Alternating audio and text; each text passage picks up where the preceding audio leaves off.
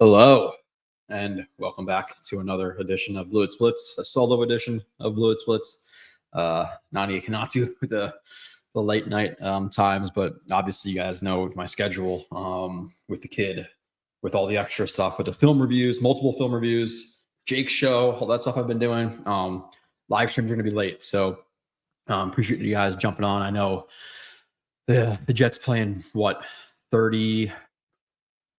36 hours, 37 hours from now. So I know it's a little bit late, not the longest shelf life, but if I can jump on anytime, I'm going to jump on, even if it's a little bit close to the game. So appreciate you guys being here.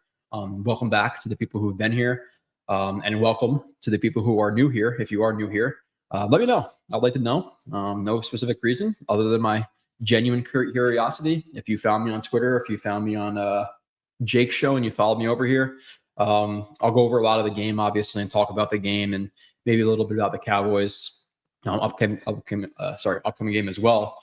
With that being said, if you want to go and watch some breakdowns of it, Jake's show, Jake Asman, who typed that in, I was there on Wednesday. So I did like I don't know, 30, 40-minute review of the film and how bad it was on defense. Also just put out a Jarvis Brownlee review, 20-minute short video for the kind of the digestible version, and then like a 50-minute to an hour one for the subscribers, $3 a month. Also just put out a review of the entire game, and then put up a short of the refs screwing the Jets, which I actually recorded like 5 plays. Only one made it in the short. I get it. It's a short. But there was even more plays that were bad in that game. And I'm sure we'll talk about all of it. Any questions you have about the game, obviously, let's discuss. So I'll kind of run through the questions, the chat. I'll go through the game, kind of covering anything that you guys don't ask about. But naturally, I talk for a couple of minutes, the chat fills up, and I just go through the chat, rip through it, and we talk about the game kind of naturally. So appreciate everybody being here. I saw comments from Neil from Cali, I think Eagle, and a few other people that disappeared. So I don't know how to get them back, but I would like to answer the questions, but I don't remember what they were. So here we are. When will the Jets turn around? In the year 2199? Yeah. Well, hopefully it's before then. I got about hopefully a good 60 years of my life left. If I'm lucky. And honestly, with all the shit coming out nowadays, it might be a lot longer. We'll see. But about 50, 60 years, I need to see them win. But realistically, like I know so many fans in here, a lot of guys who are 50, 60, 70, 80, I know some 80-year-olds who watch this show and, not wishing upon them anytime soon, but you don't have the longest time to go. So for those people, man, I'm really hoping that it happens. Rob D, I don't know the name I don't think I've seen here before, but welcome. Engstrom looks like a good hire. Get Wilkes out of here soon, and we could do damage. Yeah, the offense hasn't been the problem, right? I know the numbers, they're like low 20s, maybe even high teens, regardless of what it is. Obviously, there's limitations with Justin Fields. There's also limitations with the offense in terms of it's not fully developed yet, right, Rob? Like this offense is not going to be what it is in October of Engstrom's first year that it's going to be in year 3. So it'll continue to develop. We'll continue to add wrinkles. And obviously too, like, the offense, it's putting up these good numbers, and Fields had a good game one, no doubt, right? I would say this game was slightly below average to average-ish for Fields. As a passer, it was below average. I would say that there was definitely not a lot of receivers open, so I'm not going to kill him. He put the ball behind Breece Hall on the left sideline on an out route. Breece had to make a nice adjustment and catch it. Garrett Wilson had to adjust to a ball that was behind him as well. And there was a player or two he could have hit, but like even the 4th and 5, whatever it was that he fumbled, obviously we can't fumble the ball, but nothing was open there, right? It's like I'm not going to kill him.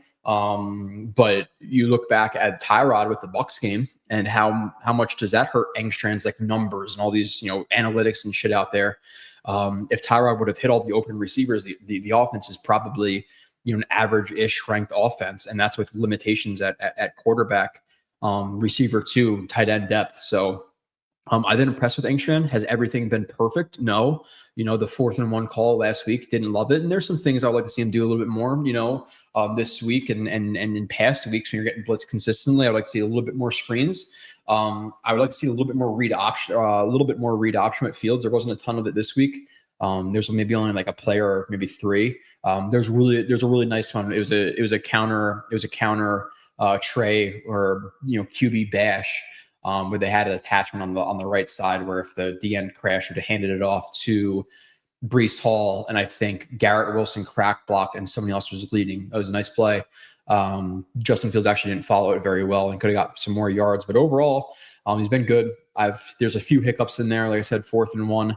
I'd like to see a little bit more RPO too. There hasn't been a ton of RPO in this offense, and then like there's some moments where I want to see him adjust to the blitz a little bit better, get rid of the ball quicker, screens, things like that. But realistically, Rob, like especially if you are new here, I'm going to nitpick a lot of things. That's kind of what we do. But I'll always be fair, and I'll always tell you exactly, the truth and what I'm thinking. And it's great. It's great. I'll tell you when there's some things that are left out.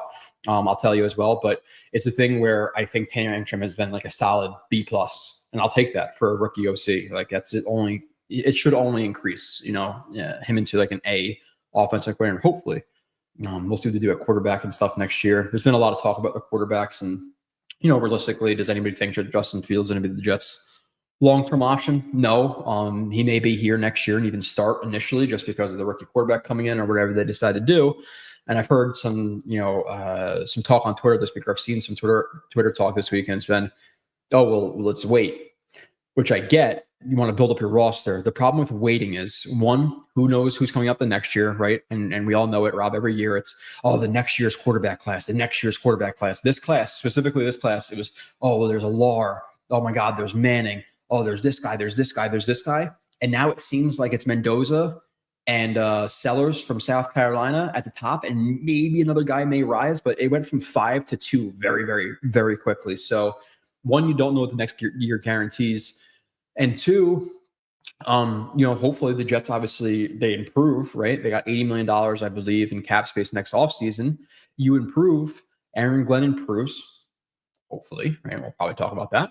But are you going to be in a spot to draft a quarterback? Or what happens if you're picking at 16, 17, and there's only 2 quarterbacks available, and both the teams in the top 2 don't, they want a quarterback? Or if you're at pick 15, and, teams 1 and 4 need a quarterback, but the team at 2 is going to be much, much more willing to trade down from 2 to 4 than 2 to 15, most likely, right? So, like, there's not a lot of guarantees with quarterbacks, and especially if you're expecting the roster to be better. That's a large jump to go up, and nothing's guaranteed. So if you're in a spot to grab a quarterback and you like them, you got to grab them.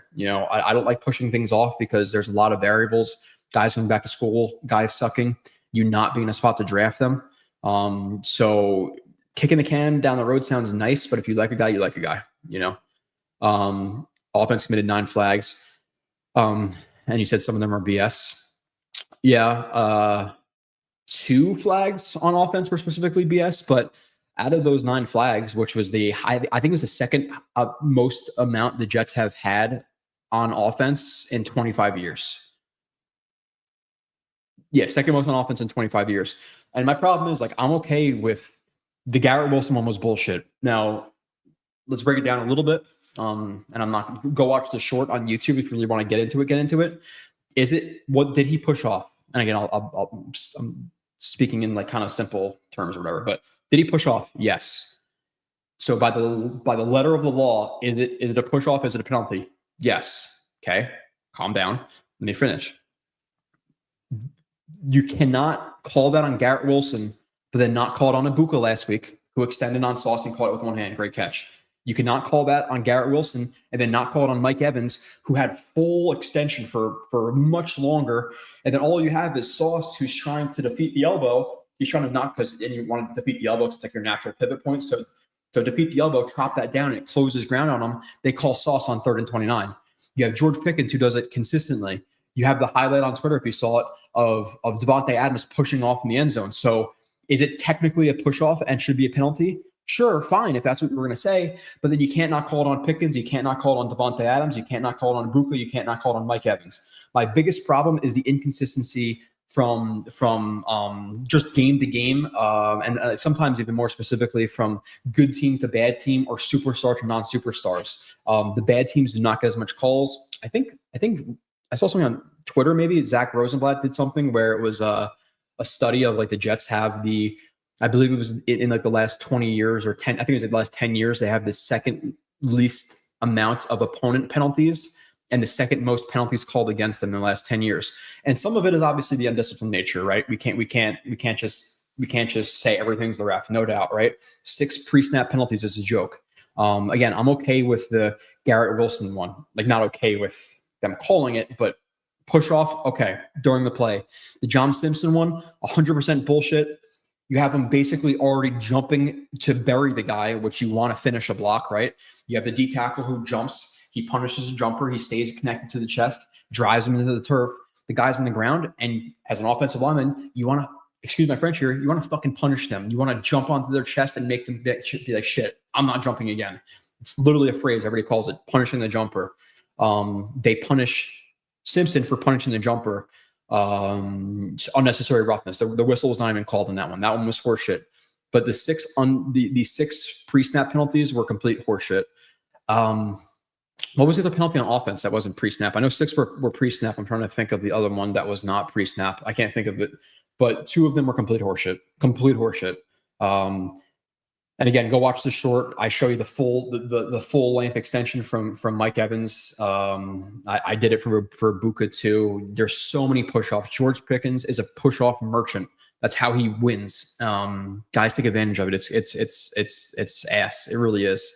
So it's very frustrating. It is very frustrating with the penalties, specifically with the refs, but also with the Jets. Listen, like in terms of this game, and I said on Jake's show, we could talk about schemes. We could talk about offensive schemes, defensive schemes, play calls, whatever it is. It boils down to having 13 penalties for over 100 yards and 3 turnovers. It's as simple as that. You cannot win games in the NFL if you lose the turnover battle, especially by 3 to a team who has not forced a turnover until that point in the season. You know, through 3 weeks, they have none. You give them 3. You know, so you're not going to win football games like that. We're not the Ravens. We're not the Chiefs. You know, we're not, obviously relatively, like the Ravens aren't good this year, but you know what I mean? We're not these teams who can overcome those deficits. So especially with this defense, so you can't give the ball away, and you can't put yourself behind the sticks. It's as simple as that, right? Let's add on 2 more layers to that. You cannot. You can't blow coverages regardless. And we could talk about man coverage with Wilkes, zone coverage with Wilkes, not disguising with Wilkes. We could talk about a bunch of stuff. But when he calls a play, and again, who do you blame it on? It's a much deeper conversation. You can't blow coverages just consistently, run into each other. Stevens ran into Tony Adams. Tony Adams, chipped sauce on one play that Waddle got a first down on. You can't run into each other. You can't blow defenses, and you got to tackle. 19 missed tackles or 16 missed tackles last week against the Bucs. Plenty this week as well. Like, it's all simple stuff. So we could talk about the more intricate stuff, and we will. But more so when the Jets are like closer to consistently winning and stuff, because the glaring issues are the fumbles, the penalties, and stuff. Like, until you correct that stuff, you're not going to win football games, realistically. So it's pretty simple. Like, it's pretty simple now in terms of like, oh, well, who do you blame? Wilkes or the D coordinator, or Wilkes, the D coordinator, or the defense individuals? Like, it's obviously hard to tell, right? Like, what are they emphasizing in the meeting room? Are they teaching effectively in the meeting room? Are they telling a player, hey, Quincy, again, I'll simplify it. Quincy, pick up this guy. Quincy, pick up this guy. Pick up this guy. Pick up this guy. And they keep just hammering home to him. Quincy gets on the field, and then he lets the number 2 blow by him, and he's matching, and he's going to the flat like he wasn't supposed to be in the Bucs game. How do you blame that on the coach? So it's very hard without all the information to say, okay, it's 100% on the players, it's 100% on the coach. Anybody who is guessing percentages or can say it's one or the other are completely guessing. There's just, unless you have ears in that room and you know what you're talking about, it's a guess. 50-50, let's call it. I really don't know. What I do know is it has to stop. It has to stop. The blown coverages have been abysmal. And I said it week 1. The Steelers got 3 touchdowns directly off blown coverages. Not bad coverage, not a guy, getting beaten man coverage, whatever it may be, or a receiver being good. Blown coverages, guys running wide open. The Waller touchdown, the second one, you have Stevens who gets ran into by Maui Noah because they can't pass things off and they don't know how to play at different levels. It's not blown coverage, it's a bad play, but like, they got to correct that stuff. They have to. The defense has been atrocious. It's really, really been atrocious. The offense has been keeping them in the games, which is something we did not expect at all, right? We expected it to be I'm not completely flipped, but we expected the defense to be near top 10 this year because of the talent they have, and they've been bottom 3 unit in the NFL, bottom 3. So, and some of it's Wilkes with the calls, being too obvious in third down situations, running man coverage.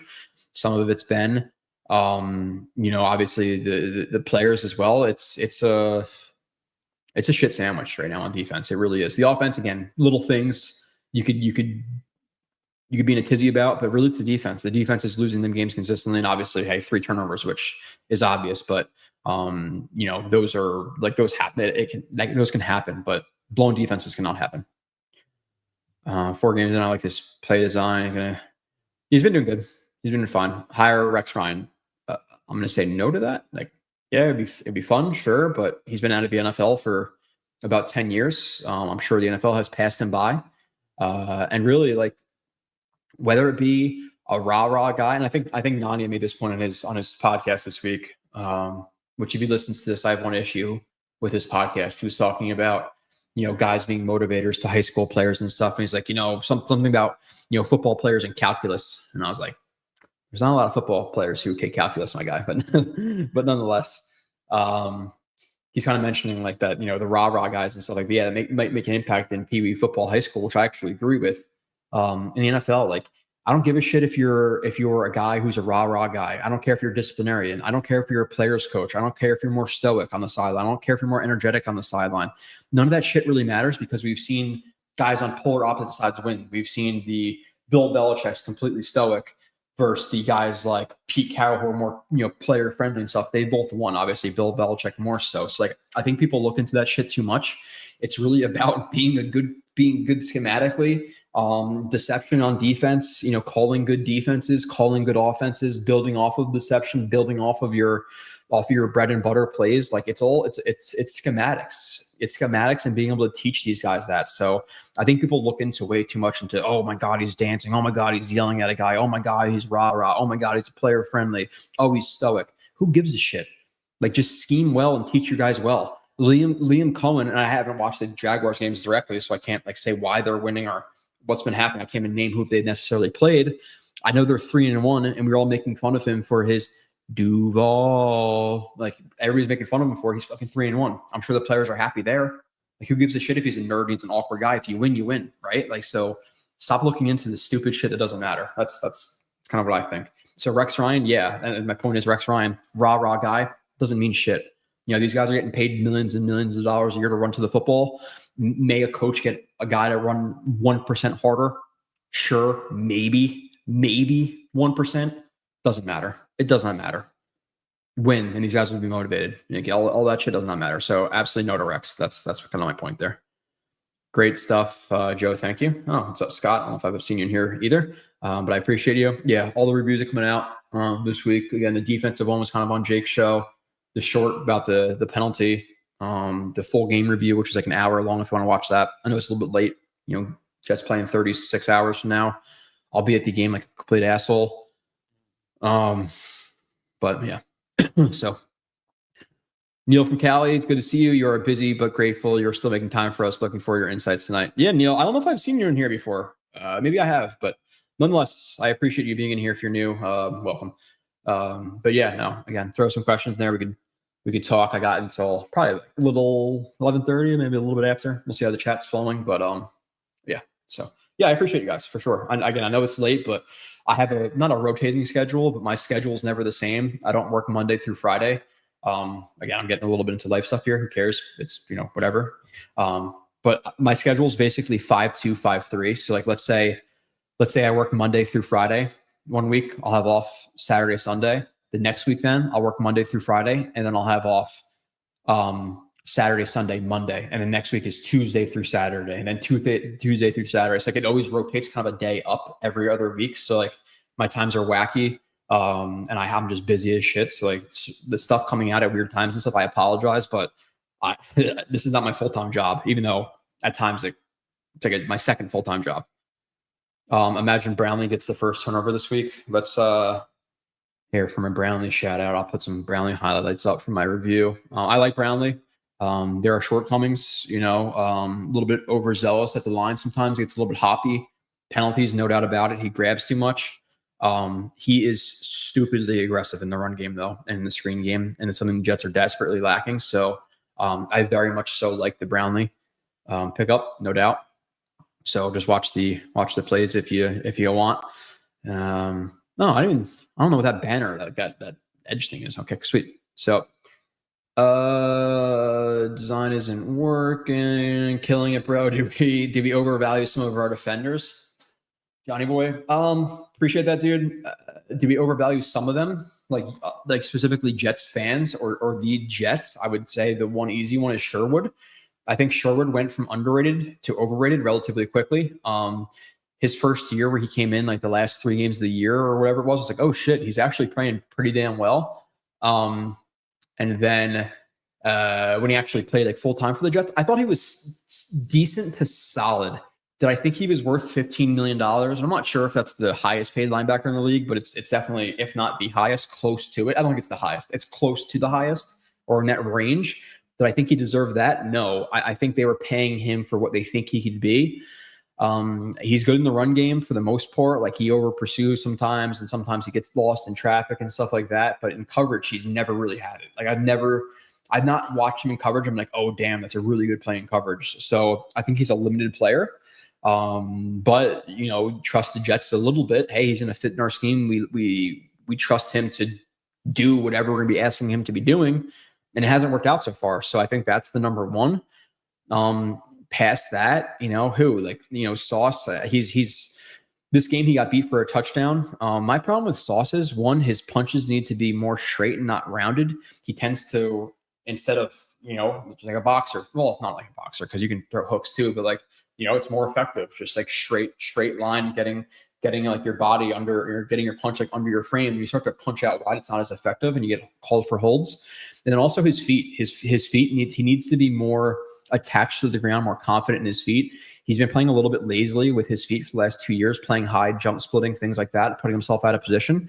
And you saw it in the Waller play. The Waller play, he's taking big steps backwards. He's not balanced. Waller cuts inside. He kind of panics a little bit, grabs him.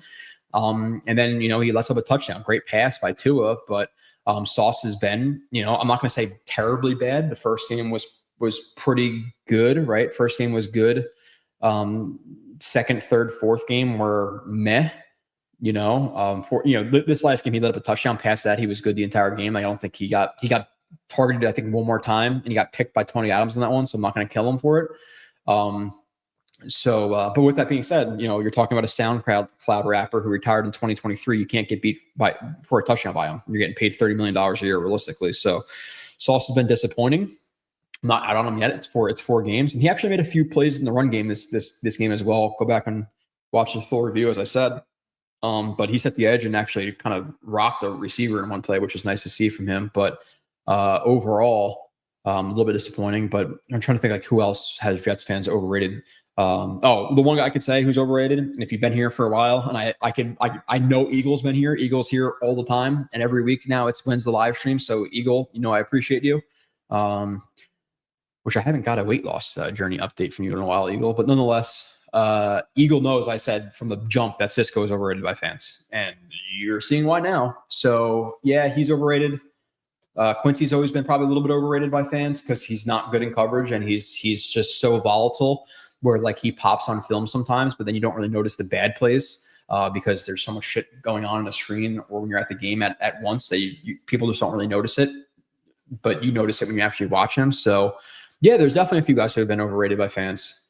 I don't know if you have any specific examples that I'll comment on, but new thing from StreamYard, by the way. If you guys leave a question at the end of the thing, it shows me in the chat that it's a question and it makes me easier to actually answer stuff. I get to skip over stuff that's not questions. So I actually love that addition from StreamYard. Usually sucks, but that is awesome. Is the offense actually good minus the penalty turnovers? Yeah, it's been fine. It's been fine, right? Like they're moving the ball. They had what? And again, I wish I had like the PFF numbers and ESPN stats and info numbers and stuff. I just don't have time to do all that shit, and I will not give PFF my money for many reasons.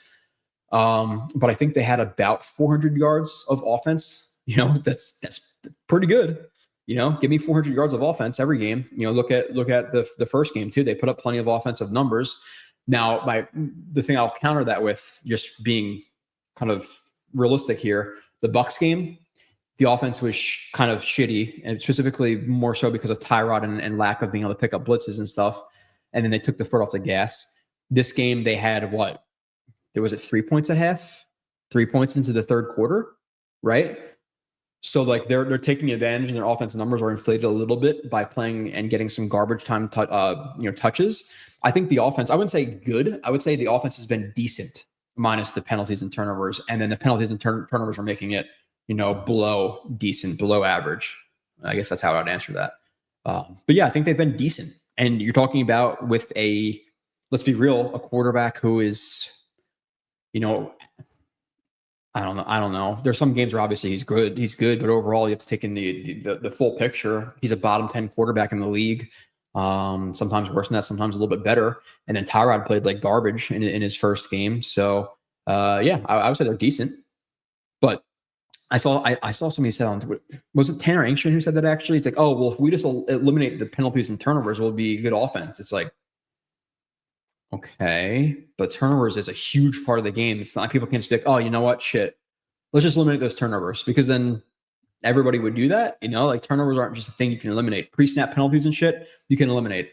I'm fine with the penalties that are, and again, obviously it's all up to the actual like individual and the actual play to judge it. But like, you get what I'm saying. The defenseless receivers, the OPIs, the DPIs, that stuff, fine. The procedural bullshit before the snap, the false starts, the not lining up right type stuff is inexcusable. So they have to fix that. I do forget the one penalty that was on offense. That was not the Garrett Wilson or the Simpson play. I might remember it, but let's see. He's a rookie. Give it time. I'm talking about Tanner Ancient. Yeah. Joe Bloat, we'll all still be alive even when we pass away because of AI.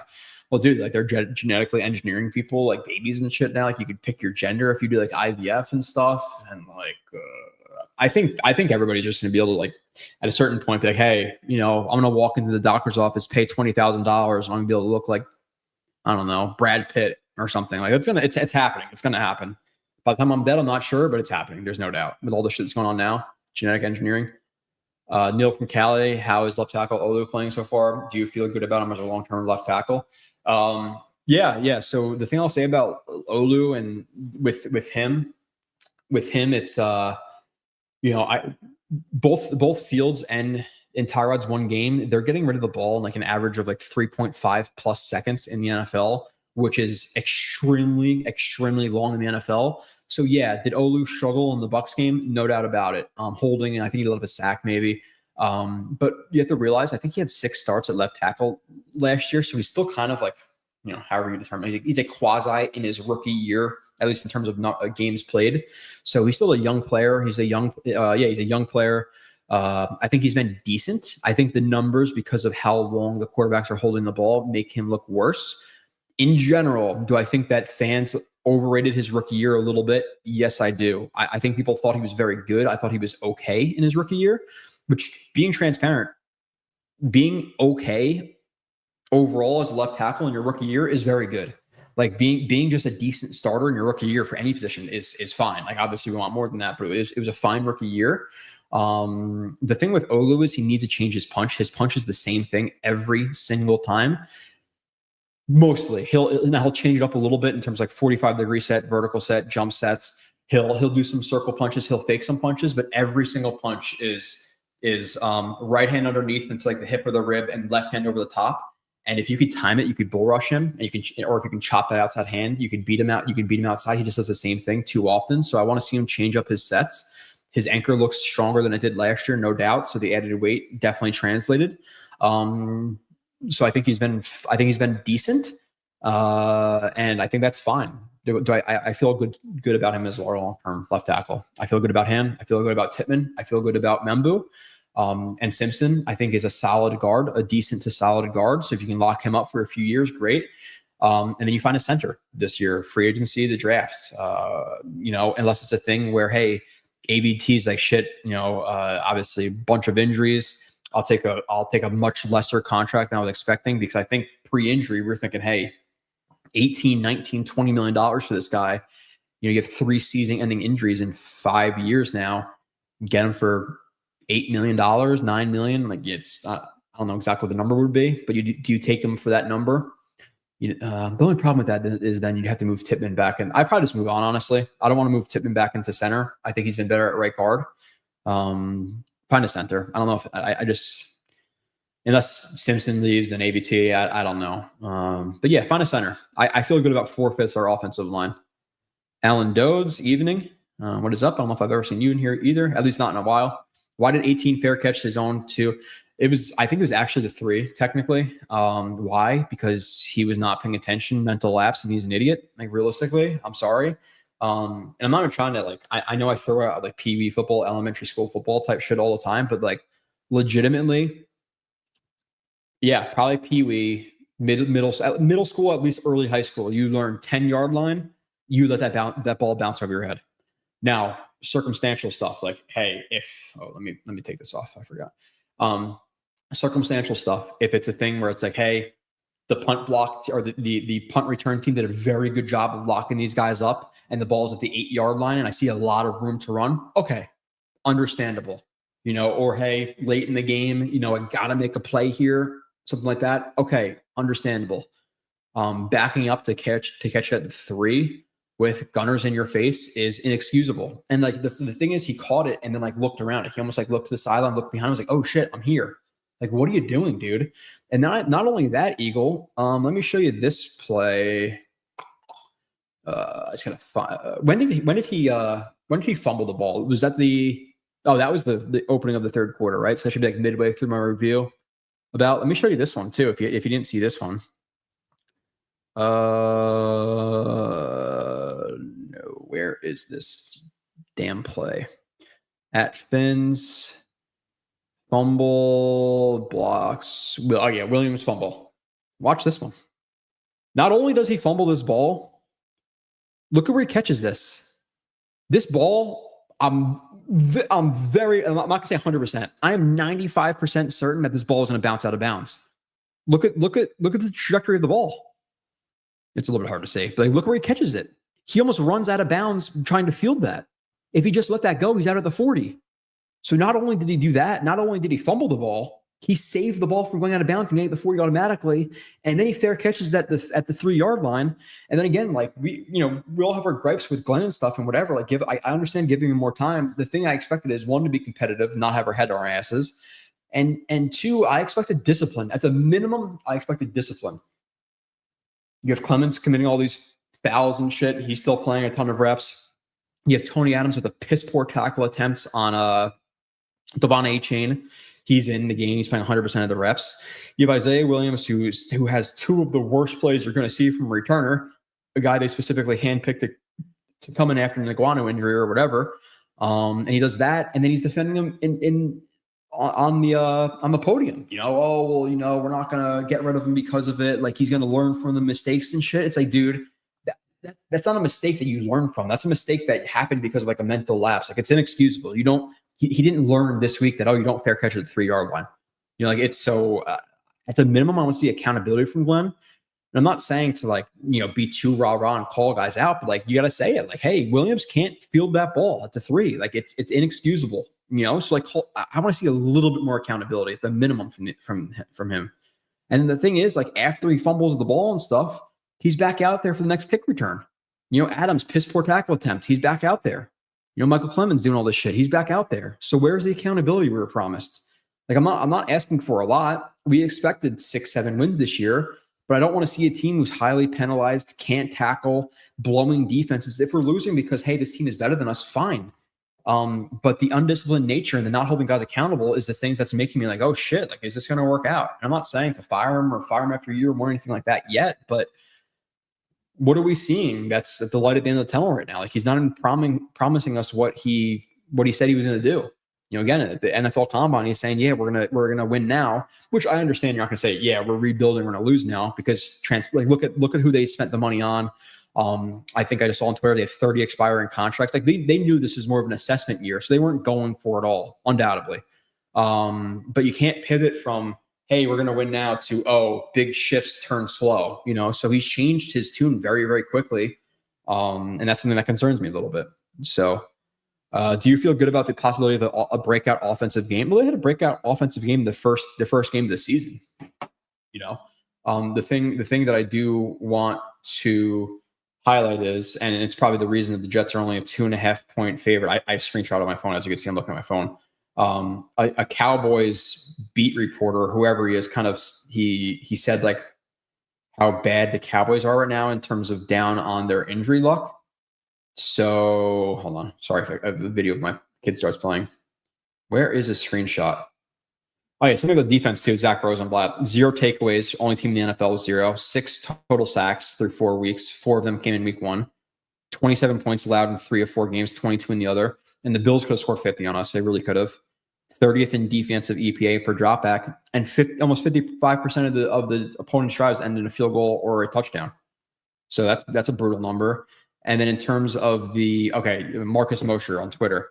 So this is why the Cowboys defense is ass. So hopefully, they, I don't know if it's a breakout, but I think they should be able to put up high 20s, low 30s. They're going to need to have a chance in this game because the Cowboys are putting up the same. They are without their receiver 1, receiver 3, receiver 4, running back 2, and the running back 1 is Javonte Williams. Whatever. I'm gonna probably regret that. Left tackle 1, left guard 1, center 1, right guard 1. It's like we all talk about the Bucs and had all these injuries and stuff, but like the Cowboys are missing 3 of their top 4 receivers and 4 starting offensive linemen and running back 2. Like that's why the number is close for the Jets. I just saw a number on Twitter, and I'll knock on wood here. The Cowboys have never beaten the Jets in MetLife. No coach has ever started 0-5 in their careers as in their rookie years, Jets head coaches. So the Jets need to win this game. I don't think they'll win in London next week against the Broncos. Realistically, this is a game they can win. You have a shitty defense. You have a quarterback who's been playing on fire, sure, but you have a good matchup with Sauce versus Pickens. That's the type of receiver Sauce usually plays fine versus. And you have a decimated offense. So the Jets should at least can be competitive in this game. If you're facing teams with terrible defenses and who are missing half of their starters on offense, and you're still getting your shit kicked in, and then fans are coping with, or taking the copium, and the Jets are losing 20-3, 24-3, and they come back with 2 touchdowns late in the fourth quarter, like, oh my God, look, we were close. Like it wasn't that close. So this at the minimum needs to be a close game throughout, and not one of those games where we're inching back in the fourth quarter because of the prevent defenses. So the Jets need to be competitive in this game, or I'm going to be pretty furious. Why is Isaiah Williams? Yeah, I'm with you, Rob. Why? There's no reason for him to be. They just brought up Khalil Herbert, I believe, or they signed him or whatever, I know he has return experience with the Bears for a few years, and I think he was a backup to was it David Montgomery? Was it David Montgomery? I don't know. I think he's in the Bears from 2021 and 2023. Do not quote me. He's a decent backup running back and a guy who can return kicks. So in my mind, he's receiver 3, running back 3. My only problem is the other returner is Isaiah Davis. And if he's running back 2, do they want to put their running back 2 returning kicks again and get him injured? Furthermore, why the hell is Braylon Allen returning kicks? That was never a good idea from the start. He's not that dude. He's not that dude. Why are people with Glenn upset with Glenn using the boxing glove to punch the ball out? But so that's actually a great. So I'm not saying in terms of the Belichick taping a tennis ball to the corner's hands to get them to stop holding is actually very, very good. I would say that's a lot more applicable, or much more not applicable, functional, impactful, I guess, of a drill than punching the ball out from a 50-year-old coach. Obviously a 300-pound defensive lineman in the NFL is a lot stronger. They know it's coming. And then so my only problem with that video is, and it's fine. And maybe it's just weird vibes from me, but it looks like guys weren't taking him very seriously. Maybe they were joking and he was laughing about it. Again, we don't know the full context. Reynolds kind of walked up and just put the ball behind his back. Certain guys were just kind of tucking it away, but it didn't look like they were taking it very seriously. So that's my only thing about it. But yeah, I wouldn't. It's just people trying to look shit on the Jets. It's easy, but the tennis balls to the hands is a great drill, and it's something that the Jets should do with both Stevens and they should do with all their corners, but Sauce specifically. Have your hand on them. I just forgot what it's called again. Guiding the route. It's not guiding the route, but it's whatever I refer to it as. I'm blanking out, but yeah, don't grab. JaCrispy Brees has to be due to score a touchdown this week. I'm betting my left nut on it. All right, aggressive. I hope you keep your left nut after it. I've known some people without their nuts and they can still live a happy life, but it's not as happy. So if you're betting on it, great. Brees, I thought, looked decent in this last game. There was one play he didn't read the fullback blocks well. He didn't read Beck's block, inside-out leverage. He was a little bit slow to get vertical, and then ended up running into the back of Beck, I believe, or an offensive lineman. So past that, I thought it was fine. He had a really nice catch on the left sideline on a ball that was behind him from Fields. So Brees looks like he's better than he was last year, no doubt. Like, he actually looks explosive and stuff this year. We haven't seen one of those 60-yard touchdown runs from him though, with by far the best offensive line he's had. So hopefully he has a little bit of a resurgence in terms of the explosive runs. Yeah, I said that. Yeah, I don't know. I really don't know. Davis has been better at it every single rep that he's done it. No, the thing I will say is, the thing I will say with Davis versus Allen, and if you're new here, go back and watch both their reviews. They're both like 20, 30 minutes in the offseason. Braylon Allen has a higher ceiling than Isaiah Davis. Down by down and throughout to this point in their careers, Isaiah Davis has been the better running back. He's been the better running back. If you go back and watch even just the highlights or the plays or whatever, he has better vision. He didn't fumble. The play on 3rd and 6, he held onto the ball with 2 hands. I get Braylon trying to make a play, reaching out, but still you can't do that in traffic. Isaiah Davis has been the better, more consistent running back through this point. Braylon Allen has the higher ceiling. He's bigger. He's faster. So I get it. But Davis, you're not going to see a downgrade. I think you're going to see an upgrade from running back 2 transparently. But yeah, why was he back there? I have no idea. I literally have no idea. Arian Smith, I don't know if he returned kick returns at Georgia. I know he returned punts, right? Or am I mistaken? I know he's a gunner at the minimum. Yeah, Arian Smith. Anybody else? Like Braylon Allen is back there? I don't get it. How did Fields really play? His numbers look good, but I thought he was very conservative minus 4th quarter. I thought he was okay. There was incidents where people like, and I call it freeze frame scouting. There's some freeze frame scouters out there like, this guy was open. But again, you have to look at the play in terms of what are his reads? How does it match up to the drop? When were they open? Did they come open after he came off of them? Did they come open because now he's looking to the right side and now you have that, let's say, a linebacker who's drifting over to the right side because he looked off of the left side? Like, there's so many more. There's so much that goes into a play. So I hate the freeze frame stuff and just like circling a guy.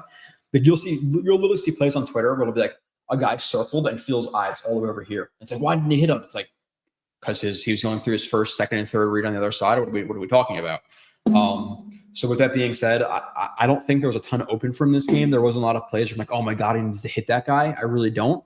You can't fumble the ball, and some of the balls are inaccurate. So I'd say he's okay in this game as a pass, like just barely okay as a passer. Then obviously, he had like that 40-yard touchdown run, which was ridiculous. It wasn't a broken play. Obviously Mason Taylor had a little bit better awareness there and chipped that guy. There's a blitzer right to the side. They were doing a naked. I don't think it's a naked. They're just rolling out to that side. So Jets terrible. Great job, Joe. Enjoyed the film reviews. Our turnovers and penalties are hurting us. Angstrom is trying to set plays up. Yeah, no doubt. And it's hard to set plays up and run your offense. And I appreciate that. Thank you. When you're, 1st and 15, 1st and 20, or whatever it may be. So yeah, it hurts. Random thought I had, but if we draft a quarterback, would you trade Fields and re-sign Tyrod? You can see it, but like, what are we going to get? What are we going to get for Fields? Like, I haven't even thought about that. I'd probably just keep Fields, right? The problem with Tyrod is like, if you're trying to do, and it depends on the quarterback and how much they need to grow. Like if it's a Lenora Sellers who apparently needs a little bit more time to grow versus let's just say a Mendoza who's pro ready. I'm completely guessing because I've legitimately never watched either one of them. I just don't watch college football. I obviously will. But Tyrod is like, hey, with Fields, like we could sit this guy down for 10, 12 games. I would like to sit a guy for the whole fucking season. Like, I don't care. We're not winning anything next year anyway. At least like winning anything, meaningful. Sit him down for the whole season. I really don't care. But realistically, usually it's 6, 8, 10, 12 games. The problem with Tyrod is he's going to stay healthy, So I would probably keep Fields, not even trade him because we're going to get for him. What are you going to get from him? B+ from our OC from you gives me some hope. Would love the solid, consistent offense. Yeah, we need a receiver. I would say you need another tight end next year. It's going to be receiver, tight end, center, and quarterback, right? Are the biggest needs. You're probably not going to have Brees. Then it's going to be Allen Davis as your 1 and 2, which I think is an okay group. It's an okay group, but you can get away with an okay group if you have a stud offensive line, right? So look at Brandon Allen's runs this year. Like, how many of these runs are there just gaping holes? It's a lot of them, realistically. Yes, coffee at 11 o'clock at night, but I'm on a much different schedule than all of you. Sellers is built for the NFL. The thing I heard about him is though, like he's a lot to go in terms of the mental stuff. Which give me the Chad Pennington, who's accurate, mentally there and can read defenses, adjust stuff, pre-snap, all that stuff, over the athletic guy who's not there mentally all day. Like that's just how I feel, So obviously you want both, ideally, but if Mendoza's the guy who's more consistent, more accurate, better through his reads, I'd rather have Mendoza. Sellers is the high upside type guy, but again, Jets terrible. I don't watch college football a lot. It's again like if there's like LSU, Alabama, or Alabama, Georgia on, like yeah, I'll have it on. But I'm not. I'm a big Major Four sports fan. And then past that, I watch the draft, or not the draft. I watch these guys for the draft. So I will have a lockdown, very strong opinion of Sellers and Mendoza and all these guys in about February. So.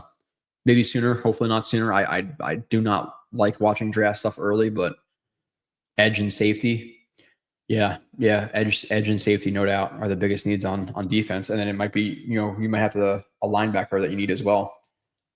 So yeah, you might need a linebacker because I don't think Quincy's going to be here. Sherwood's probably going to be here because of the contract, but there's a lot of needs on defense. The problem is depth too. Like they don't really have a lot of depth on the defensive line. Yeah, I'll watch, like no offense to anybody. I'll watch for myself. I don't really trust anybody's. Well, I trust some people's opinions, but I'll just say I'll watch for myself. I didn't see. Oh, sorry. I feel like we had at least 2 illegal shifts every game. Yeah, you got to stop with the pre-snap stuff. You got it's elementary football. You can't be a team and put yourself behind the sticks. It's just not. In my opinion, it's fine from RJ. It's fine to take a quarterback you like, even if it's not a slam dunk, but you can't fall into the sunk cost if a better option is available the year after Rose and Kyler. Oh, yeah. Well, Rosen's rookie year was dreadful, and they finished with the first overall pick, and then Kyler Murray was sitting there. Yeah, like you can't just commit. Like, and again, I'm not going to say like lock down this exactly happened like this. We all think it did, but look at the Jets with Hackenberg.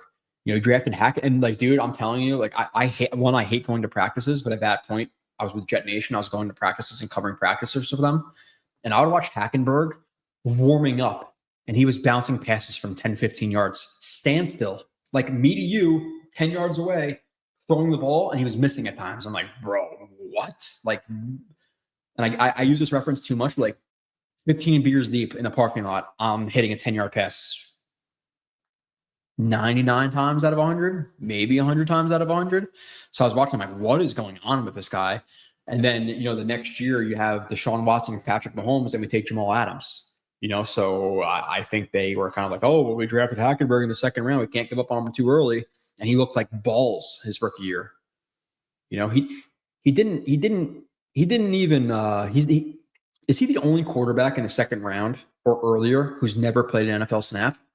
Ever? Like, I don't know if anybody can find that. Maybe that's a chat GBT type question they can ask. I feel like it is. Obviously, he played preseason snaps, right? But you're talking about 0 snaps in the regular season from a second-round quarterback. I cannot imagine that's ever happened, ever. It's just, that was the worst. That was one of the worst picks I've ever seen in my life. Appreciate you. Lou B, another relatively new guy. I'm seeing a lot of new names. I appreciate it. Joe, you need to work for the Jets. You're a weapon for us. I'm going to start making calls. Did you ever consider this? Save us. Start making call. Hey, if you know some people, no doubt. Can I do some work on the side? Sure, I'm with it. Would I ever quit what I'm doing now in my pension? Absolutely not. But I'd feel a call. Maybe I'm being realistic. Well, I like to sit in the meeting rooms. I like to just see like what they're teaching their corners and their receivers and stuff, like certain things. I would absolutely love to. Yeah, sure. Hey, make a call, Luby. I'm with you. Thank you. I'd agree. I'd greatly appreciate it. Get a call from the Jets tomorrow. I'll be like, hey, Lou B told us that That'd be great, dude. Of course, you have to consider it. Oh shit! But Lou, you made me lose my spot in the chat. But here, let me re-highlight this and then go back down and find out where I was at. Yeah, but thank you, man. I appreciate that. Okay, I was about here. Okay, Pat Marinello. Joe, I'll tell you, Pat. Joe, what are your 3 big offseason moves to help the team, and who do you draft in the first round? What up, Joe? And would you give Brees a 3-year deal? I would to help the young quarterback. I would personally not give Brees a 3-year deal. To me personally, and again, this is more of a feeling than like this is obviously just a feeling, right? Like I don't know. I think Brees thinks and talks like he's better than he actually has been throughout his NFL career. So I think Brees is going to outprice himself. That's my first thing. With Brees, and like how long is he even going to be that explosive and stuff by the time the Jets are really able to compete? Does it even matter with Brees? I don't think he's like a reincarnated Saquon Barkley who's going to carry it for that long, or Christian McCaffrey. So I probably don't pay a running back because I think 1, is it really worth it? And 2, I think he's going to outprice himself. In the first round next year, again, all relative to the round, all relative to the talent. You don't want to just reach for a D tackle because you need a D tackle or whatever it may be. But quarterback, receiver, D end, probably quarterback, receiver, D end. Definitely quarterback and receiver 1 and 2. I can see tight end, safety, or D end. Maybe tight end or safety actually, because D end at least you have your starters most likely. So even though JJ, we have to live with the reality that JJ might not be here either, though. Like, are they going to sign him? He's injured now. Does he keep getting injured, or are they going to sign him? You don't necessarily know. But yeah, I would say definitely quarterback, receiver, and then one of tight end, safety, or D end. Probably safe. Its safeties are my god, they are bad. So after Cowboys and Broncos, I think the real test is going to be Panthers, Bengals, and Broncos. With 3 of those games, you have to win 2. Yeah, win one of the next 2, and then win 2 of those 3. I'm with you, Eagle. So you win one of the next 2, you're 1-5. You win 2 of the next 3, so you're 3-7. Okay, like we can deal with it. And then you got some teams after that. You got the Pats, who were not terrible, but you could beat the Pats. You have the Dolphins again. You have the Falcons, you have the Saints. Like, let's get 6-7 strong wins here. Like, let's not go into the shit within a 4-win season. I don't know. Joe, have you tased anyone? I've actually never tasered anyone. Being realistic, I've never even pepper sprayed anybody. Like in the moment, I just don't want to I don't know. I'd rather just do it with my hands, kind of person. Pepper spray is brutal though. Brutal. Drew Crispy, it sucks, man. It's worse than you think it is. I've gotten pepper sprayed 3 times. One for a town I work for, you had the pepper spray to work there. Same thing for the other town. I got pepper sprayed in the academy. It is awful. Like, just all you have to know is, and all you have to think about, and it's hard to quantify, but if you ever gotten soap or even hot sauce in your eye, have you ever gotten hot sauce in your eye? Okay, that's whatever, Frank's Red Hot Sauce is 2,000 on the Scoville unit. The stuff in pepper spray is made from ghost pepper extract, which is in the hundreds of thousands on the Scoville unit. So it's just take the hottest hot sauce you ever had in your life and just pour it into your eyes. That's what it feels like. It is brutal. I hate that shit. So I'm never going to spray anybody because I'm going to get backfired on, and I'm not doing it. No. The penalty isn't called if it's Jamar Chase or Mike Evans or Emeka Ibuka. We don't even need to go out that far. Mike Evans did it the week before. It was 40% worse. I'll show you, just because now I guess we're talking about it. We all remember Garrett's, and yes, was there extension? Undoubtedly. For the people who are saying, "Oh, he didn't push off, he didn't affect him," you're wearing green goggles. He pushed off, he did affect him. Okay, let's eliminate that talking point. The problem is the inconsistency with which it's called. That's the argument. It's not, did he push off or did he not? Because he did. If you can't see that, you're being biased. But if you're gonna call that on Garrett, where is the when in the game did that happen last week? I have so many freaking plays on my computer, it's stupid. Beat corner dropped 3rd and 29. It should just say 3rd and 29. What am I doing here? I'm being a jackass and me not finding this right now. I should know better.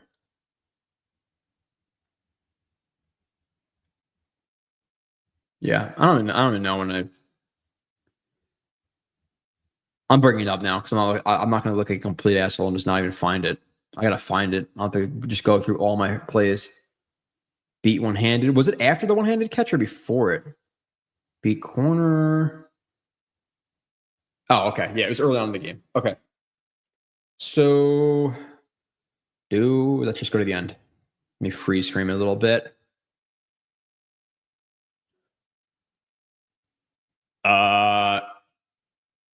Is this not extension? Is this not full extension into Sauce? And all Sauce is trying to do is he's taking his right arm up there.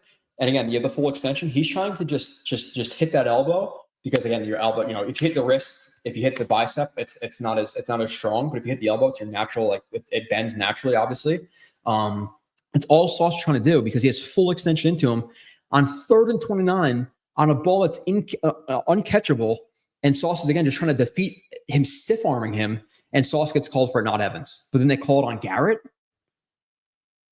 Like absurd, just absolutely absurd. That drove me beyond nuts. Arizona Poppy. Appreciate you again. Another name I haven't seen before.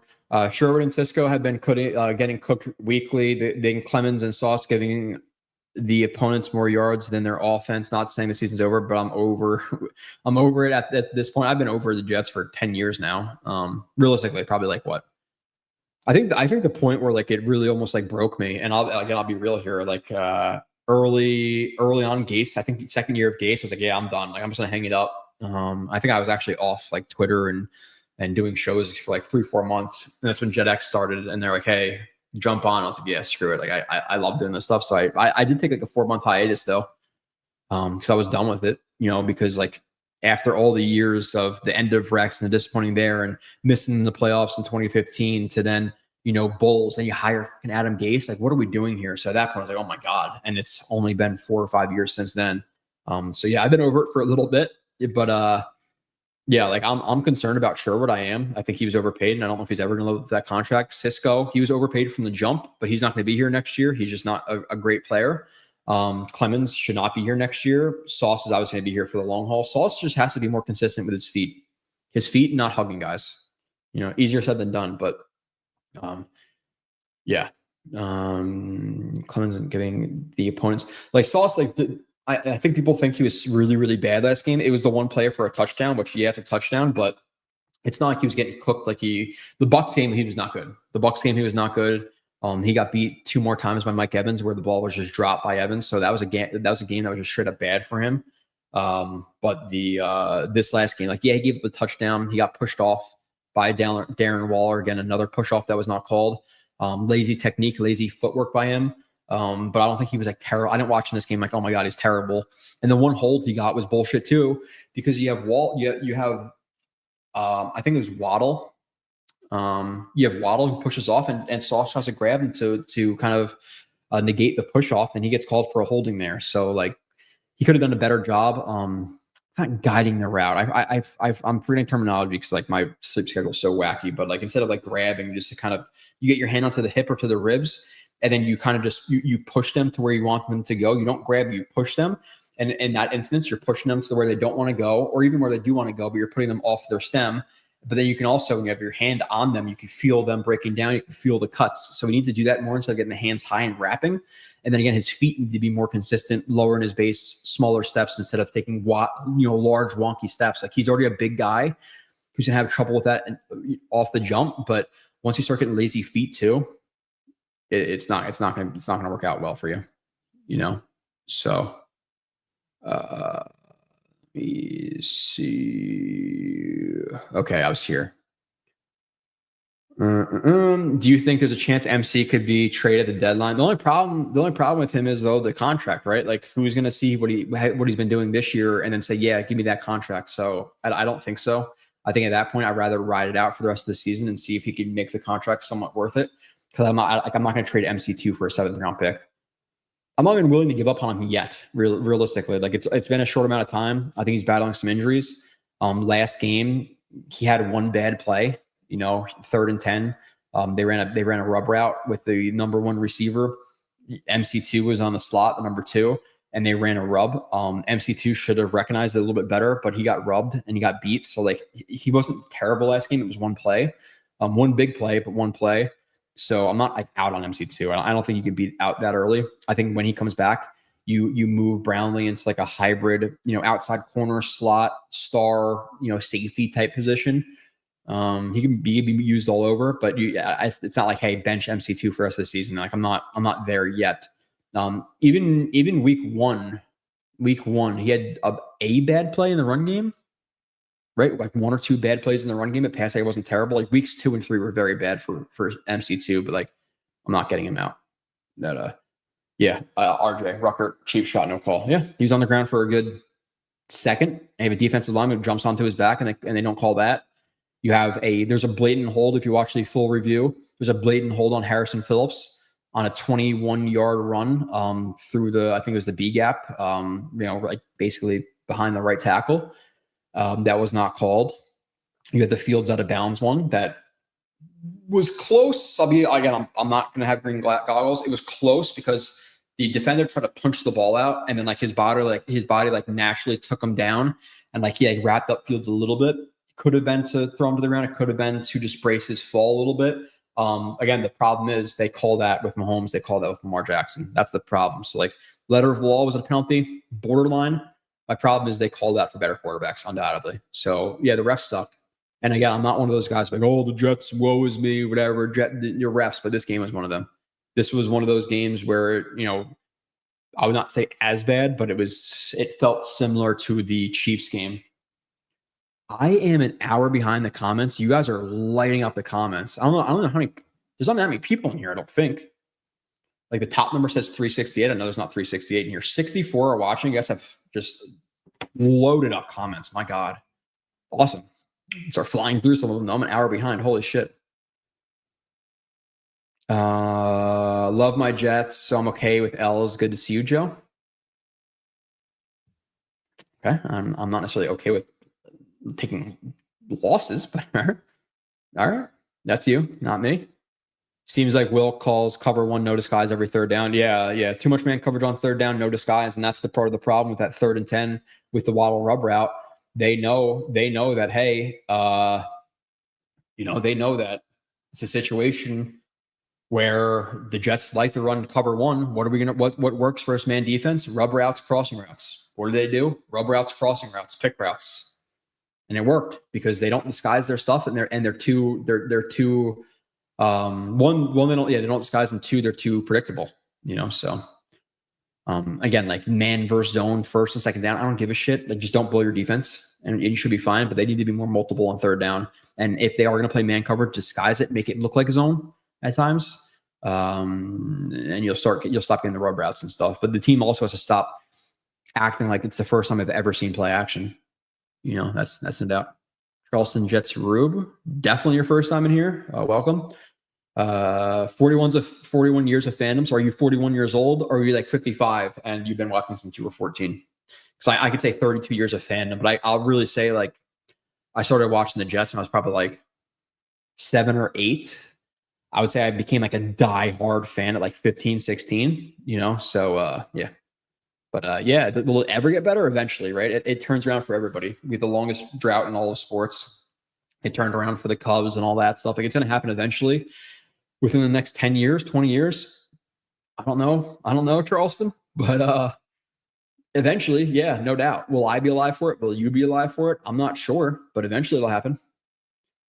You're going to trade Brees, and all you have to do is all you have is a rushing attack. Then what do you have? Trade Quinnen. Then your defense sucks.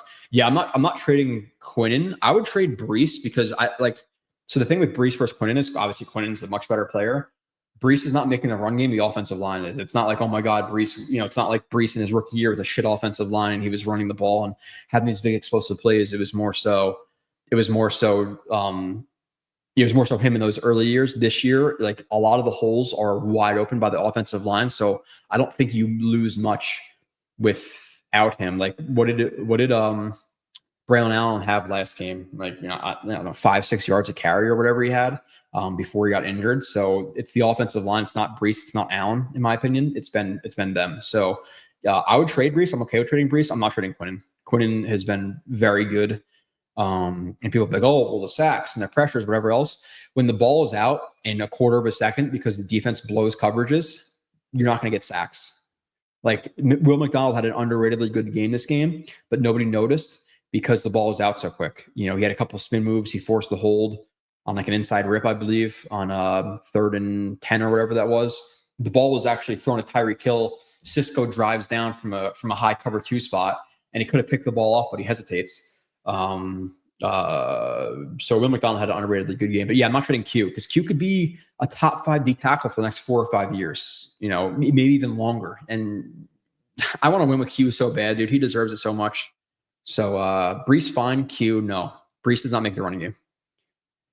So after all the years, has Mark Sanchez status raised for you guys too? Sanchez was part of the good old days. I like raised for me. I don't know. He was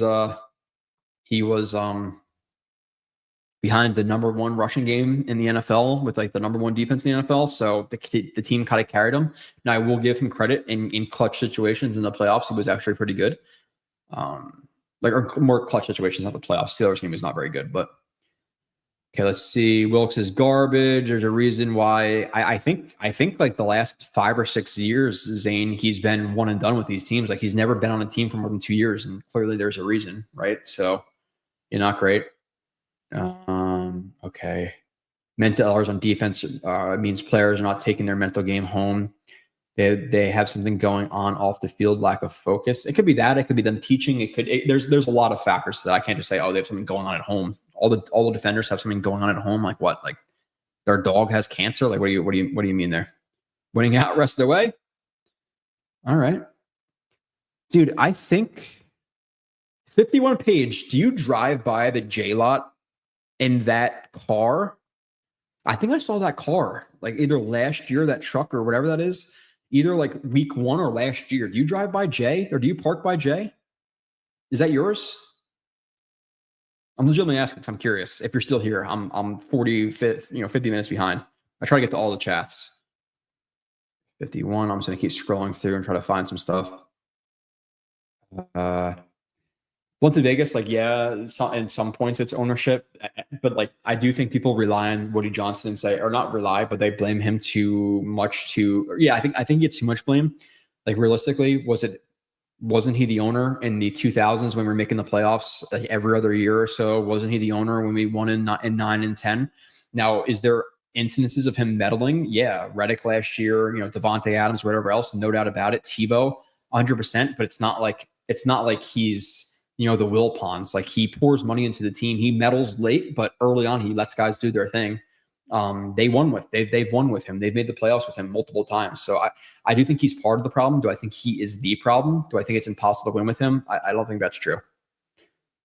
Mendoza, I will have a better answer for you later on. A couple months, Zane.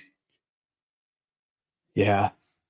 But the Mets, man. I'm not gonna get into it too much because I'm already like trying to fly through the chat kind of, but just understand that I'm a Mets fan who had a super team in 2022. They didn't make the playoffs. They just lost out to a playoff spot, a wild card spot, to a team that has a third of their payroll. I'm a Nets fan. They had a super team with Harden, Kyrie, and KD. They lost the playoff series because of injuries, but then also because of KD's big toe. They played 13 games together. They sucked, and then it broke apart. Jets, and I'm a Devils fan. And like they were good when I was a kid, and they won some Stanley Cups, and they're like a decent team now. The problem with the Devils is they're so fucking finesse. Like they're a good regular season team. They get to the playoffs and they get shit on by these physical teams and the physical nature of NHL playoffs. So Devils, I guess, are like fine. That's an okay team. But Mets, Jets, Nets, like the Nets are going to win.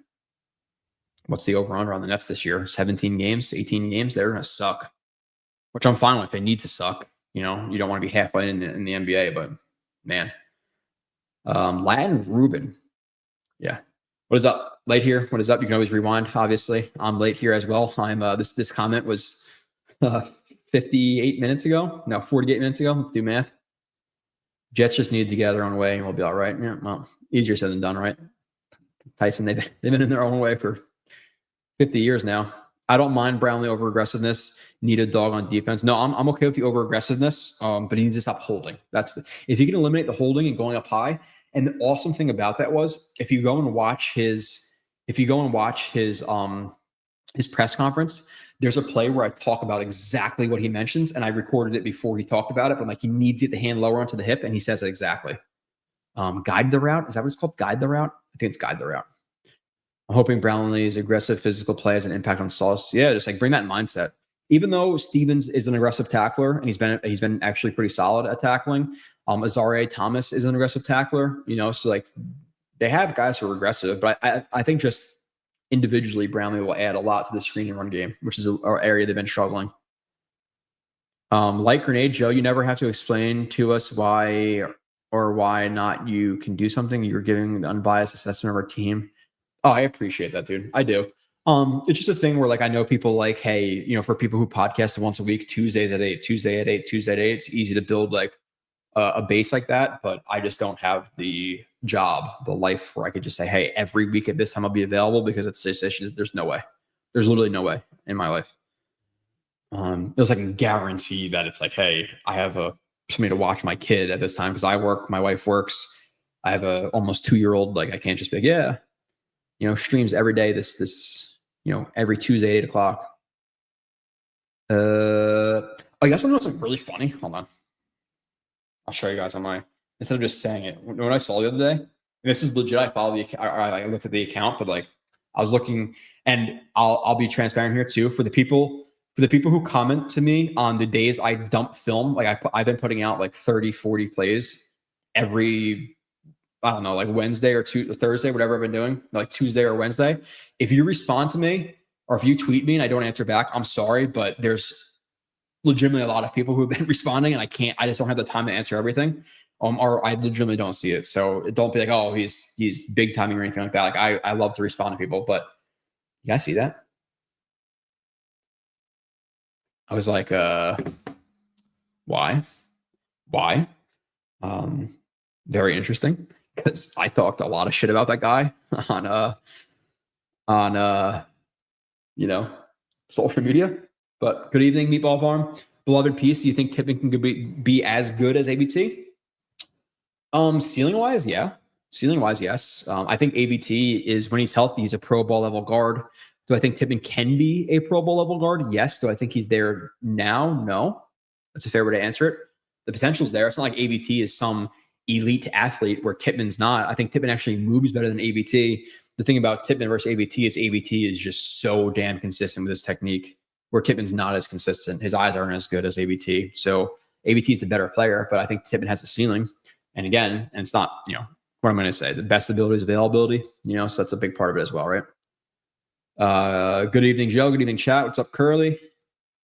Unfortunately, with Clemens, McGregor, and Barron are even worse. David, you're not wrong. McGregor's been gross. Barron's a rookie. But I kind of felt like I watched his film back and I was talking about, like, I think he's kind of a tweener. Like, I don't really know where he fits necessarily. Like he was a decent pass rusher in college, but even for his size at 270, I didn't think he was a good run defender. So we'll see how that works out. Players think teammates friendly fire. Alan Dodds, yeah, you quite literally have Sherwood, who concussed Michael Hart II. CD Lamb is out this week. Tony Adams tackle attempt on A-Chain made me nauseous. Yeah, dude. For real.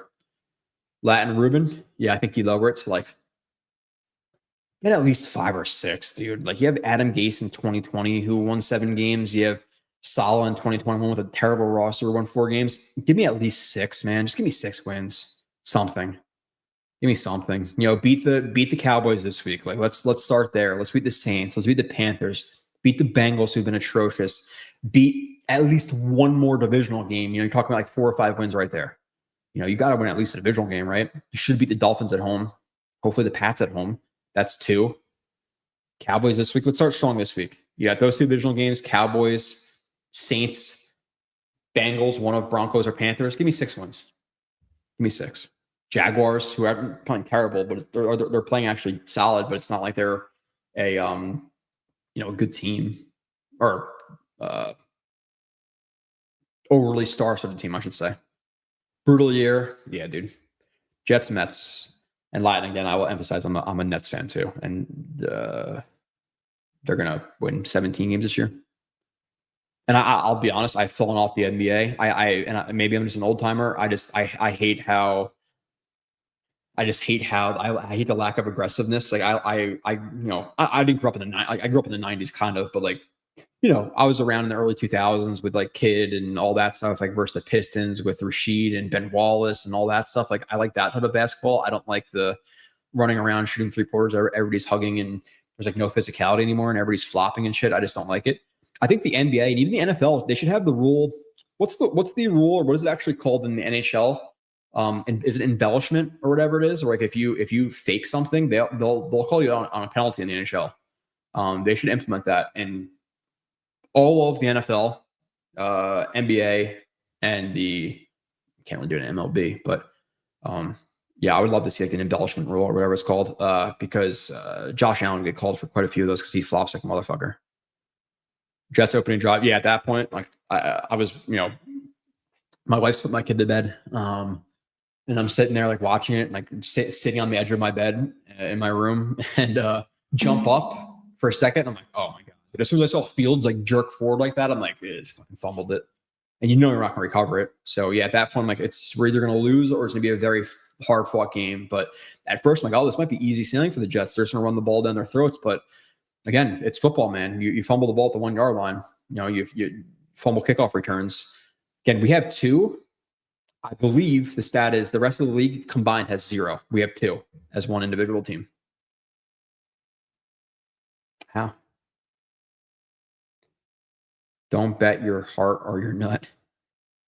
Bet your what is it? What the hell is like the everybody always talks about like that it's not your kidney. What's the organ that really doesn't do anything? Bet that. Whatever that one is. I forget what it is right now. Javonte Williams. I know. I think he has good like is it good yards after contact? Is it good? Like what are the stats that are good with him? Or is it just touchdowns because the Cowboys are driving a lot and he just puts his head down and gets a touchdown? Like, I don't know. When I watched him in the past after his injuries, he just looked like the shell of himself. So maybe he rebounded. But why? Is it circumstantial? Is it the offensive line? Is it just touchdowns? I really don't know. So maybe I'm being unfair, but watching him in the past prior to this year, I don't think he's something to write home about. I'm aware even on the Davis Allen train. Yeah. And Allen, again, higher ceiling, but Davis has been better so far. Personnel moves, drafts, free agency, and roster. Well, draft. Can you say that with Membu, how he's been working out? Can you say that with Mason Taylor? We kind of like what Malachi Moore did, even though people said, again, new here, fine, I'll say it again. But if you watch back the Bucs game, the plays he was in, he got burned on 2 of them. And he missed a tackle, so he was not good in the Bucs game. But you don't really know with him.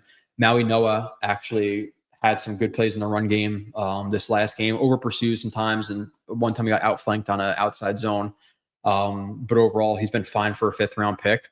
And if you actually look at Arian Smith's separation numbers, they've actually been decently high. It's just they're not throwing the ball deep. He's a deep threat, and they're not dialing up enough for him. That's another thing with Engstrand. Again, versus the blitz, some more screens, some more quick hitters, some more hots, get some more deep shots in the game. So those are the things I want to see him do more of. And there's some other things like RPOs I want to see him do more of. But his separations numbers aren't bad. So Arian Smith, how can you say it hasn't worked out yet? It's like I would wait in the draft, right? It's been 4 weeks, and the guys you expect to make impacts, the first, second round picks, have made impacts. So I don't know if you could say that.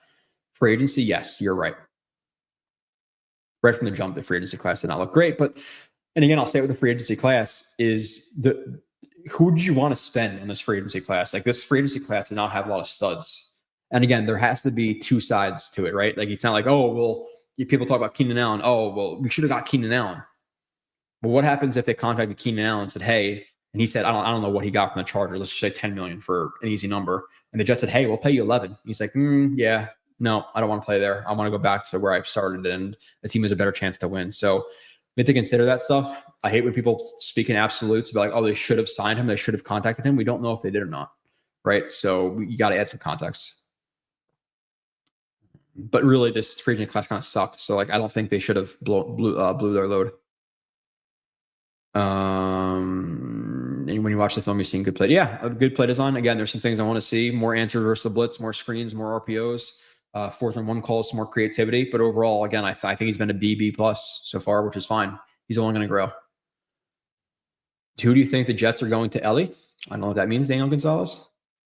Maybe I'm seeing a lot of different names because did it change? Like I'm seeing people's ats and not their actual names. So maybe it's just a bunch of different. Maybe that's why, because I don't recognize anybody like Kel, Daniel Gonzalez. I don't recognize anybody in here. I feel like I'm not even doing my stream. They had to have changed something. Can I change I can't change it back, I guess. Certain guys I recognize. Mike Sanders coming up here. Blunted Vegas. I recognize you guys.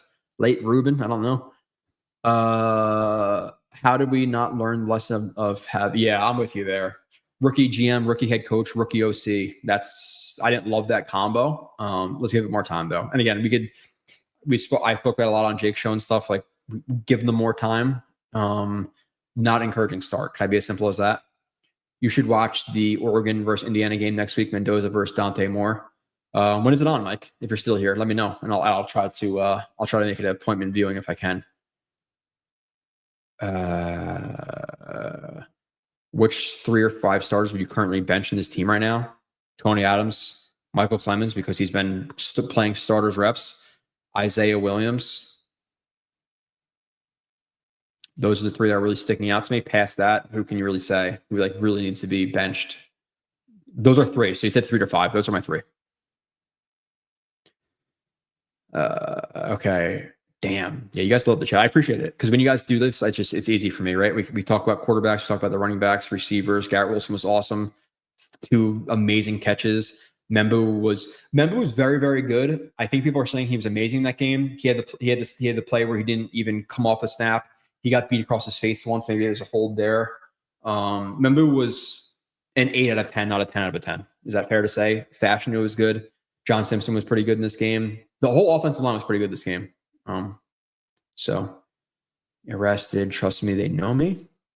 All right, Luby. Well, hey, send them some of my work. Put in a good word for me, dude. If that's legit. Obviously, I have no idea who you are. You're bullshitting me, but send them some of the work. You know, they follow me on Twitter. If they just maybe open their Twitter and being realistic, Twitter is. I do a lot of it more quick hitter. Watch the actual full reviews and get a lot more into like the technicalities of stuff. But hey, sure. All right, Lou. If they know you, then I'm expecting. What am I expecting, Lou? Am I expecting an email? What am I going to do for them? I've unfortunately been pepper sprayed, dude. Curly. You can't explain it to somebody who's never been pepper sprayed. It is not fun, and it depends. I don't know if you got oil or water based. You even know. I got oil based twice and water once. Water like 10-15 minutes. It's gone. Oil is like 30 minutes. It literally almost feels like your eyelashes turn into glass and they just invert and turn into your eyes. That's what it feels like. And then you can't breathe. Your nose, you're just gushing snot. It's all over you. You know, it is awful. And the funniest thing too, I know it sucks. Like I didn't scream or anything. But the best thing is the guys who think they're tough guys for no reason. And they're like, oh my God, I'll be fine. And then there was the guys who were screaming like absolute bitches. Never been pepper sprayed. The Army gassed me till it's not. I don't know if it's the same, but the same thing happens with pepper spray. Every single thing of mucus you have in your entire body is just all over your shirt. Funny thing was too, it was a thing where like they pepper spray you, they have to like arrest somebody, you have to put like a radio in your holster and shit. And I went to put the radio in my holster and I dropped it. So then all the DIs started like kicking the radio around, and I was like literally trying to peel my eyes open to see like a flash of where it was. I was like reaching on the ground for the fucking radio. So then it delayed me getting like the water and all that other stuff. Like it sucked, dude. Gas chamber. Yeah, dude. All right. So we have a lot of like military police guys in here. Shout out to the good ones. We all know that there's bad ones too.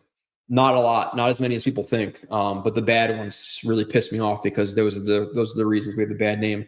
The guys who have the superiority complex because they're losers in high school drive me crazy. People who are dickheads to people for no reason drive me crazy. I am very lenient. I treat everybody with the utmost respect. If you want to play fuck games, I will play fuck games. I'm down, but I'm always very respectful until you show me you don't deserve to be respected. But there are guys out there who are power hungry. It happens. You know, there's bad people in every job. It's just unfortunately, Police are highlighted sometimes. And then also people have no context. And I'll get to like little stuff, but it's like, you know, the video will be put up on Twitter. I'll be like, oh, cops tackle a guy for running a red light. But then the actual story is, oh, well, he ran a red light. The cop then tried to stop him. And then he took him on a pursuit. And then he ran from them. So then, they tackled him. But all it says on Twitter is, oh, he ran a red light and they tackled him. It's like, you know, so nonetheless, I don't want to get too much on cops, but they get some hate. But there are bad ones. And there are some not bad ones, but guys who I know who are like, you don't give me a good name. How do you think the Jets can find running holes on Sundays? Stop Dak. Hold on. How do you think Jets can find running holes on Sunday? Stop Dak on Sunday. Refs suck. Jets could be straight. There's a lot of points in that one. They've been finding running holes all year, minus the Bills game because they run blitz them. So change up a little bit. Pass on first down. They get some guys out of the box. You have to pass to run as well. But every game but one, they've been running the ball well. So I think they'll be fine versus the Cowboys who don't have a good defense. Refs suck. Yes. Second point. Jets could be screwed. Heard you on Jake Asman. Okay, so you're here from Jake's show. I appreciate that. Obviously, I like Jake as well, so I'll do it anyway. But obviously, for my channel, yeah, like you obviously hope you can pull some people over to the channel. So I appreciate the people who've been here. Is Membu a better player than Olu? Right now, yes, he's been better this year, and he has higher upside, in my opinion. Membu, Olu has good movement skills. Membu has a little bit better movement skills, but Olu is not as strong as Membu. Membu is a freak in terms of how strong he is. His anchor is stupid. So higher ceiling with Membu, and he's been better this year so far. So I would say so. I think Membu has a chance to be a all-pro type of tackle in a year or two, where Membu, where Fashion could be, you know, borderline pro bowler. I'm talking like ceilings type stuff. So Joe, Eagle, it's unfair for me to answer this question. I'll be honest. You're talking about on the, like, with the Jets, it's Fields. In the draft, it's unfair to answer because I don't want to. They go, oh, Joe says it's this guy, and I haven't watched one snap of either one of them. So that's just fair. I like how fair Joe. I appreciate that, Tyson. Yeah, straight up, dude. I try to have very little bias here, and I'm not. Like, I don't just go with the tide of like, oh, everybody's really liking Andre Sisco. Let me just say I like them too, to not stand, you know, because like not to be negative or whatever, but I'll be more positive for the guys who people hate and more negative for the people. I don't hold it back ever. So I appreciate that you recognize that. Just talk about that. I'm catching up. I'm starting to. 11:30 is my hard end, but I'm at least finishing the question. So if you have more, keep throwing them in. I'm about 20 minutes behind. Embrace the crap season and hope we get the number 1 overall pick.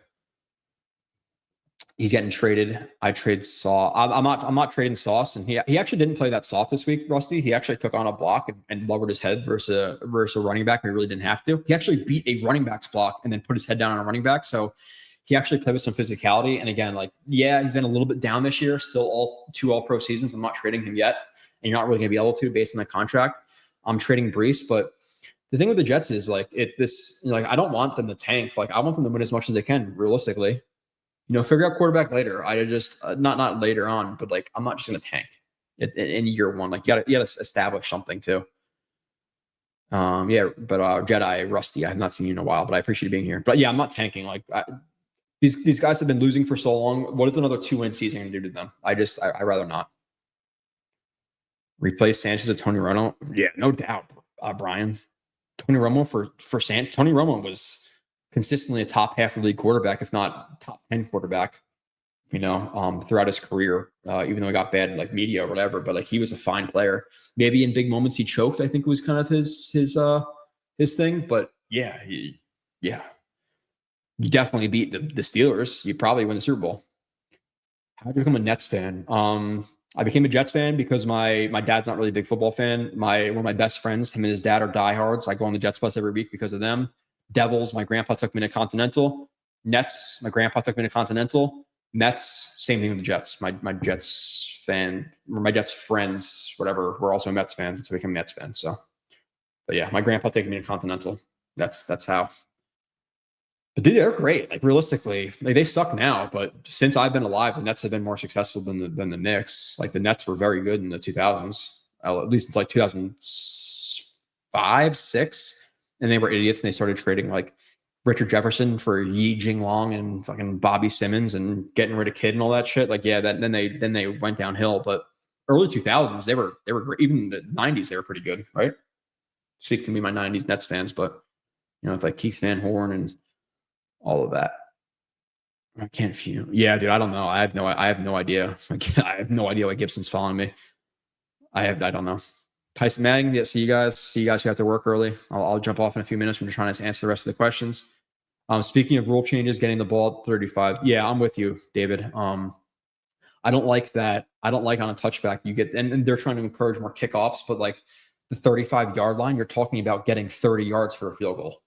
And even in today's day and age, you're talking about really 25, like 20 to 25 yards. You're talking about a long 50-yard field goal.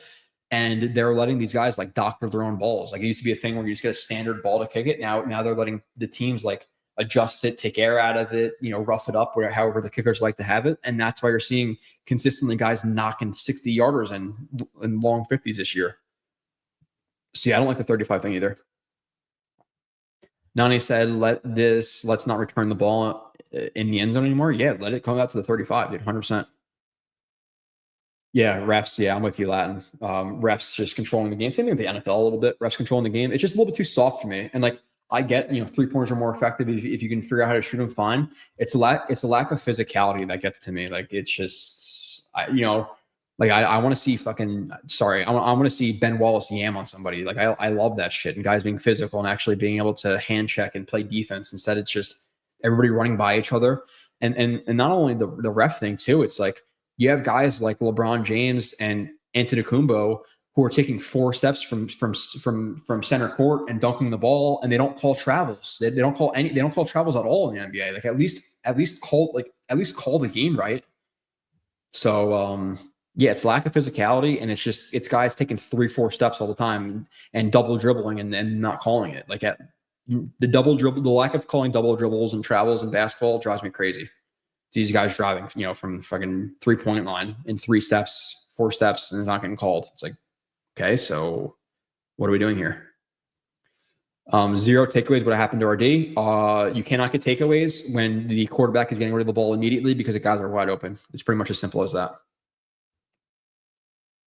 Yes, YouTube changed. Yeah, I don't recognize anybody because of that. So I'll get used to the new names. Like some of them I recognize, like David, it was always David, and Shadow Maniac was always Shadow Maniac, but why are they not using Beck? I don't know how much they're using him in terms of the snap percentage, but he's in the game. He had that really nice block on a counter OF that opened up Brees. He had another nice block on a counter OF where Brees didn't follow, or was counter OF? It's counter OF. It's counter. And it opened him up. You have he was there on those 2 plays. And then the one play in the Bucs game, I heard people talking shit about. I'm like, oh, bad pass protection. They play action to the right. Beck took like 3 or 4 punch steps to the right, and then try to get all the way across the formation to a blitzing corner. And people are like, oh, bad play by Beck. It's like they put him in an impossible situation there versus a blitzer on the other side. So Beck's been fine. They've been using him. I'm not sure what the numbers are though. Shadow, if you have that. Again, I'm not a numbers guy. I watch the film and like I don't have time to watch the film, do the breakdowns, do a short, do a long review, do Jake's show, do a live stream, and then chart. I would have to either get divorced and lose custody of my kid or quit my job. And I don't feel like doing either one of those. Put a jet sign in your car and you're good with Joe. Just don't be a dickhead, honestly. Like I'm not being a big stop guy. Like I'll be real with you guys. Like the speed zone in my town is like 45 where I sit on the highway, and I don't even pull you over until you're going 65. So if you're going 20 miles per hour over the speed limit, I'll pull you over. Maybe if I'm running radar. And then if you were like, hey man, my bad, I knew I was speeding, I was just being a dick, or I have somewhere to go or whatever. Okay, see you later. Now, if I pull you over and you've been stopped 25 times for speeding, maybe a different story. But I hate the people who are like, I wasn't on my phone. It's like, I quite literally saw it in your right hand. You're driving by me, like, or some bullshit. So yeah, as long as you're honest and not a dick, you're not gonna get a ticket from me. I am not that guy. Dallas seems to play worse when they are expected to win. Yeah, hey. Week 5 last time with Gase, right? 0-4. That was Gase's first win. So let's do it. Why aren't they using the wideouts? Because they're not getting open, really. I like to see Arian Smith more deep shots, but that, like, even Tyler Johnson had a few big drops in field, and what's his name wasn't seeing him very well. Tyrod. So they need to get more talent, open guys up too. Do we find our Tristan Wirfs with a Membo pick? Obviously early to tell, but hopefully. Tristan Wirfs is like an all-pro level right tackle, so I hope so. Is there a real chance that we sign that edge? Oh, Drake Jackson from USC. I don't know. He's visiting the Jets, the Ravens, and Eagles. I know the Jets and Ravens. Is the Eagles? I would like to sign him. Why not? Like, give him a chance over Barron and McGregor. Like, no doubt. I'm fine with that. I'm pretty sure he's a pretty athletic dude at USC. So yeah, let's do it. Yeah, kickers. Yeah, 60 yarders. So they're able to doctor the balls now. Petrovic. Yeah, I didn't really. I didn't watch him, but I've heard of him. Obviously. Yeah, 4 steps, highlight plays. YouTube. Overloading, overdoing it with ads. Oh, you guys are getting ads? I didn't even know that. My bad. That's not me. Like, I don't choose to do that to you guys. So my fault with the ads, I guess. Well, not my fault. YouTube's fault. I can't stand watching these other teams using all their players, regardless if they're house games or not. Yeah, like, no, there's been guys who are open. Like, there's been times when Reynolds has been open. There's been times where, again, Tyler Johnson was open. That Tyrod didn't use them. I think they're going to rely on their run game. That's one of the reasons. And 2, the quarterbacks aren't great. So yeah. I know it's early, but we re-sign Rucker.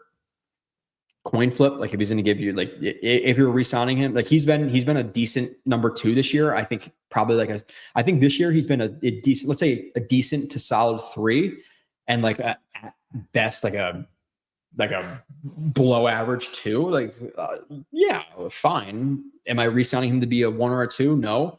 If he's willing to take a tight end 3 contract, then yeah, sure, I'm down. Shout out to Nick Folk for being the Jets dude. Hey, you're talking shit about Austin McNamara there, because Austin McNamara has been amazing, and so is Folk. Both those guys have been amazing. Ablab, I think I've definitely seen you in other streams, Ablab, like no doubt. I think I've seen you in either Jake's or Ryan's when I was there. So welcome if it's your first time here, because I've never seen you here before, but awesome. I agree with the traveling. I blame the Euro step and the step back 3. By the way, we need play less man and more zone. Love the content, sir. Oh, I appreciate you. I've never seen you, but if you enjoy it, I just didn't know. Then awesome. Yeah, the traveling, double dribbles too. How many guys just start just do this shit all the time? It's brutal to watch. We need to play less man. I think you need to add. I think you need to add a little bit more to that. I think you need to say we need to play less man on 3rd down.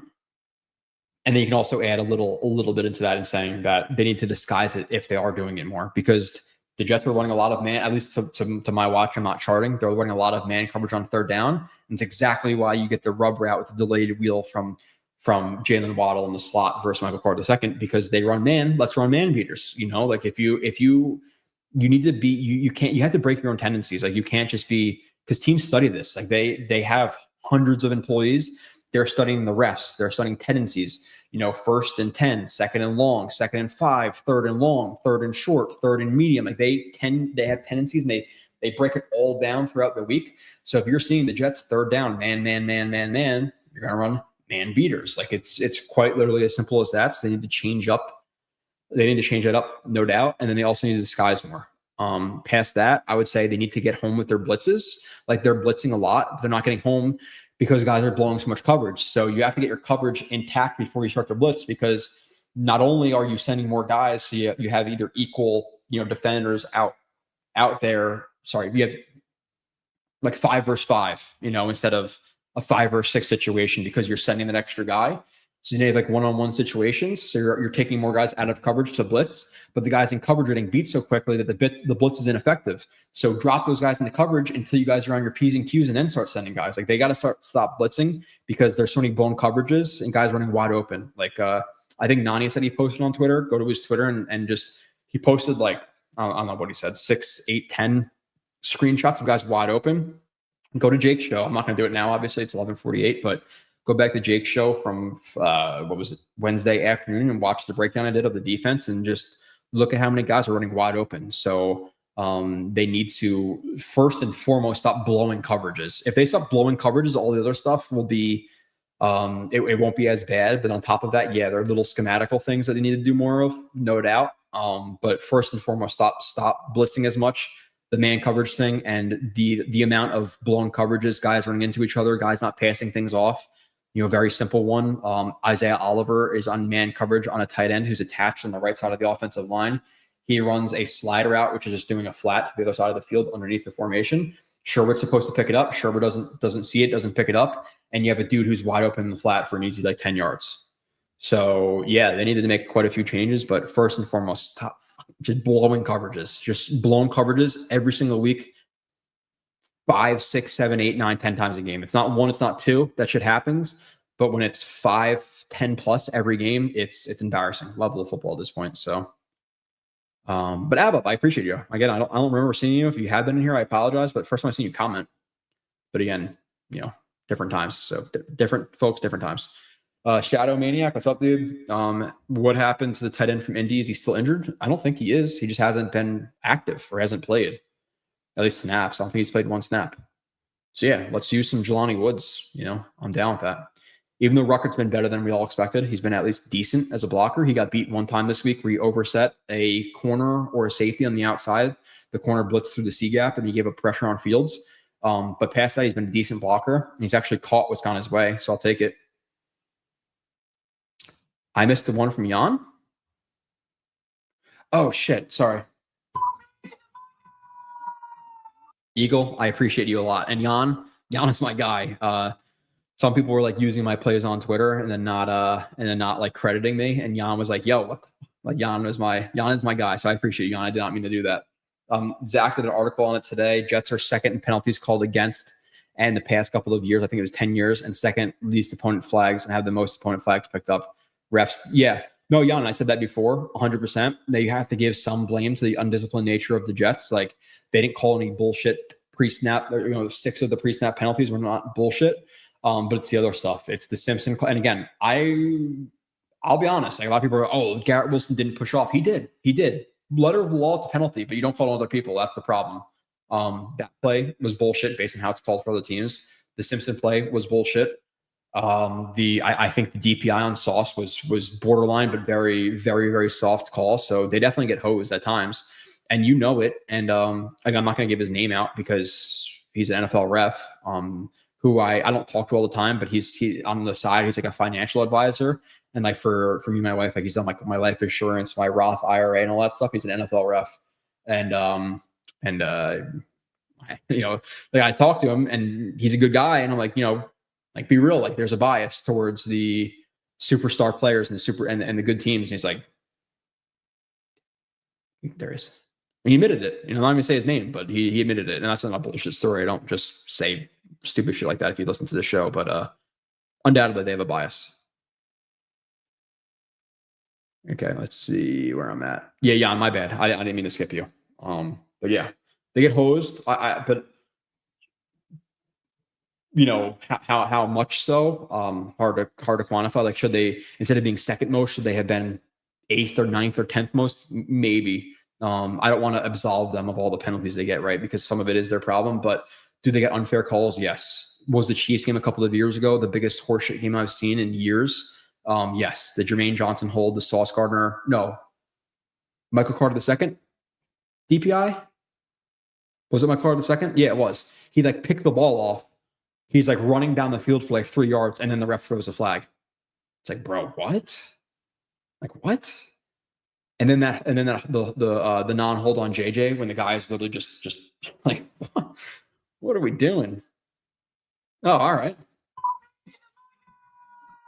Back-to-back 20s from Ablab. I appreciate that, dude. I'll answer your questions. I don't just answer super chats, but hey, if you want to throw me money, I appreciate it. Whose secondary is worse, ours or Dallas? And don't you think zone is better suited for suspect secondaries? So honestly, for this secondary, man coverage is better because they have guys who are better in man coverage. Azaria Thomas is a better man corner. Tony Adams, if he's starting at safety, is a better man safety. Sauce, better man.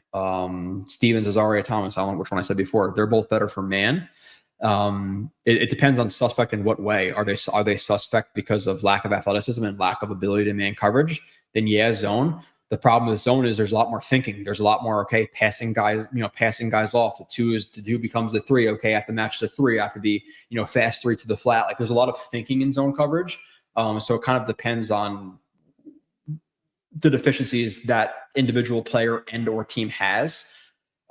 Because like there's not a lot of, and the Jets are unfortunately do it. There's a lot of like spot dropping, like zones, not just like, hey, drop back to the spot. It's more, I'm dropping back to this spot, but at a certain point, zone becomes man, and it's all about the routes and how to pass them off. If it's a 5-yard hitch route, I match it. If it goes up the seam, I'm going to pass it off to the safety behind me. I'm going to match the 2. I'm going to match the 2 up the seam. But if the running back breaks to the flat quickly, I'm going to match him. And then the safety has to pick up the seam. Like there's so many different little intricacies with different coverages. And like with cover 4, quarters, 3, whatever it may be, like there's no just, it's quarters coverage. Like there's so many different types of quarters coverages. There's base and all that stuff. But zone coverage is very intricate. So if you don't have people who can think, man coverage it allows you not to think. But if you have guys, let's say if they have like Brandon Browner and Richard Sherman at corner, because they're not as athletic as other corners and the receivers they're playing against, then zone is better. So that's kind of a really hard question to answer individually. The Jets are blowing so many coverages at this point that I think man is probably better because they're going to blow less coverages because, hey, this is your man. You don't have to think too much. But the problem is they're not disguising. They're doing too much on third down. So that's is that fine? Is that a good answer? I think it's good enough, right? I don't know. It's a very intricate kind of conversation about the specific team and where they struggle and stuff. But a lot of the blown coverages is because of zone and guys not knowing where the fuck they're supposed to be. Now, there are instances where, hey, they're running man coverages and stuff in situations where the offense is expected and they're running, rubs and man beaters. So I hope I answered your question kind of. There's a lot to talk about that one. It's not a simple question to answer. 11 feet, I got to jump off at least 12. So let's see here. I'll answer some more.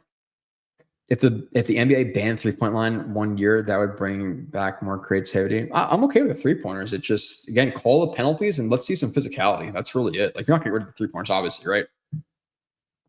What is your actual name, Latin? Because I recognize your comments. Like, I know, are you like Cade? I'm going to say, and this is not because of the Latin thing, I'm going to say, just based on how you're commenting and like how you usually comment, are you K Delgado? Is that your usual name? And there's a K here, but that's what you're leading me to believe. K Delgado. I think I know Latin. I've seen those type of, I can just tell. Yes, I do. I do like them using Max Mitchell because they were doing well when they brought him in. Would it be Max Mitchell for me? I don't know. I might maybe, Xavier Newman or whatever, but I feel like a turnover on defense should need on Joe. I feel like a turnover on defense must come against back XFL offensive line.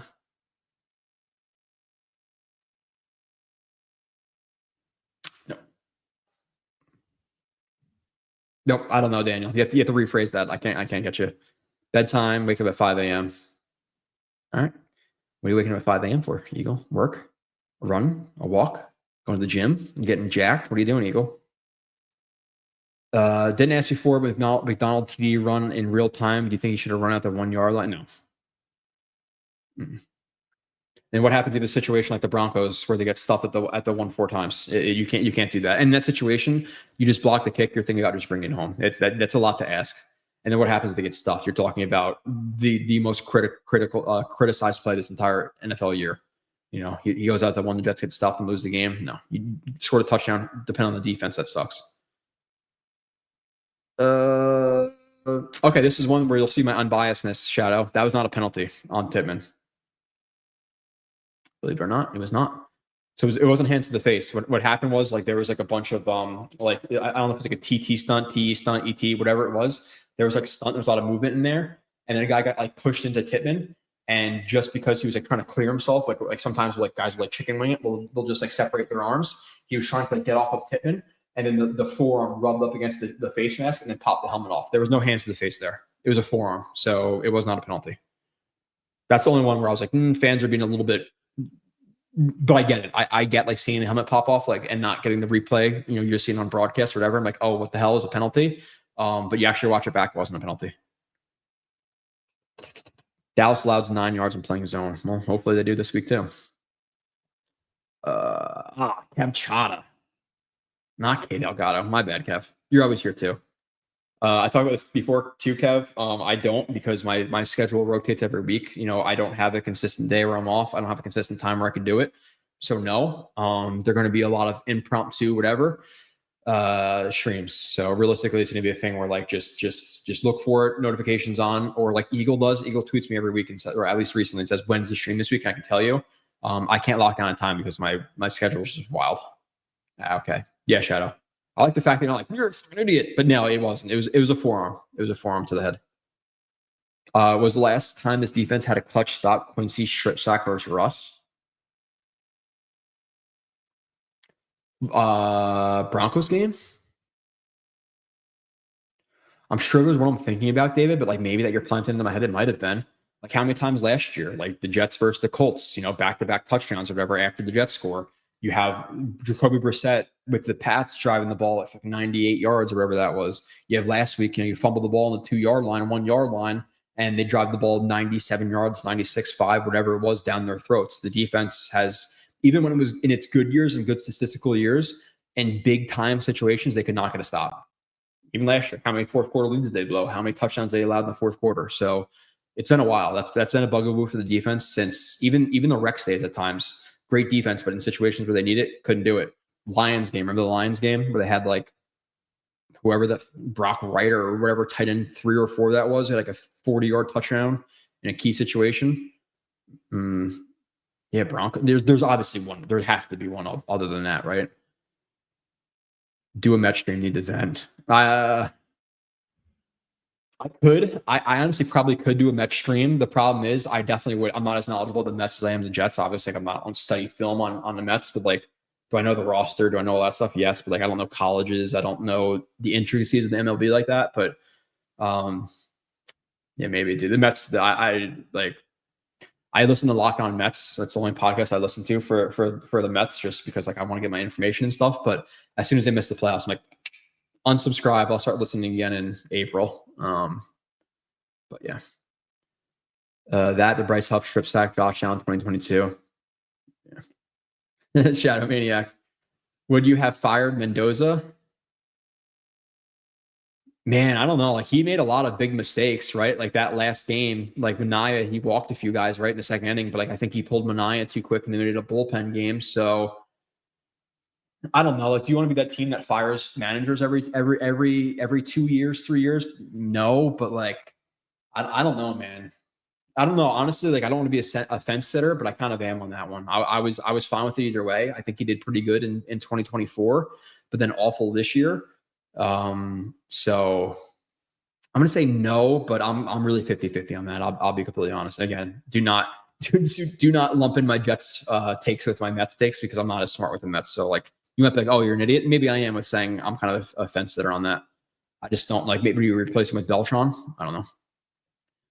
This is not David Stern's roster. He gave him. No, this is David Stern's roster. He gave him. Yeah, that's like the thing too. Like, I don't get into the Mets too much, but like the pitching, man. Like even at the deadline, like I want them to address it a little bit more. I don't necessarily like who's homeboy from the Brewers who sucked and became bullpen like immediately. But then there's also like things where it's just the Mets too. Like they're built on an Indian burial ground. Like they brought in Tyler Rogers and who was it Helsley? They brought in Ryan Helsley, and like he's amazing with all these amazing numbers as a closer. He comes to the Mets and is at like a 7 ERA. So like, how do you blame Stearns for that? If you bring in guys who are studs on other teams, they come to the Mets and suck for whatever reason. So there's a long conversation. Yes, Mendoza and Athletics guy, no game. Yeah, I didn't like the whole pulling. What's his name in the second inning? Bocce's available and starts. Yeah, okay. We're getting into Mets talk. I'm definitely over the time. I was supposed to be out of here like a half an hour ago. Nonetheless, I appreciate you guys. I appreciate the support for all the content, the videos, the likes, the comments on Drake's streams, the comments here for the people who followed me over. Appreciate it. Like, comment, subscribe. $3 a month for just the full reviews from me. If not, check out the shorts. Check me out on Jake's show every week, this show every week. I appreciate you guys a lot, and I will see you next week, hopefully coming back to talk about a dub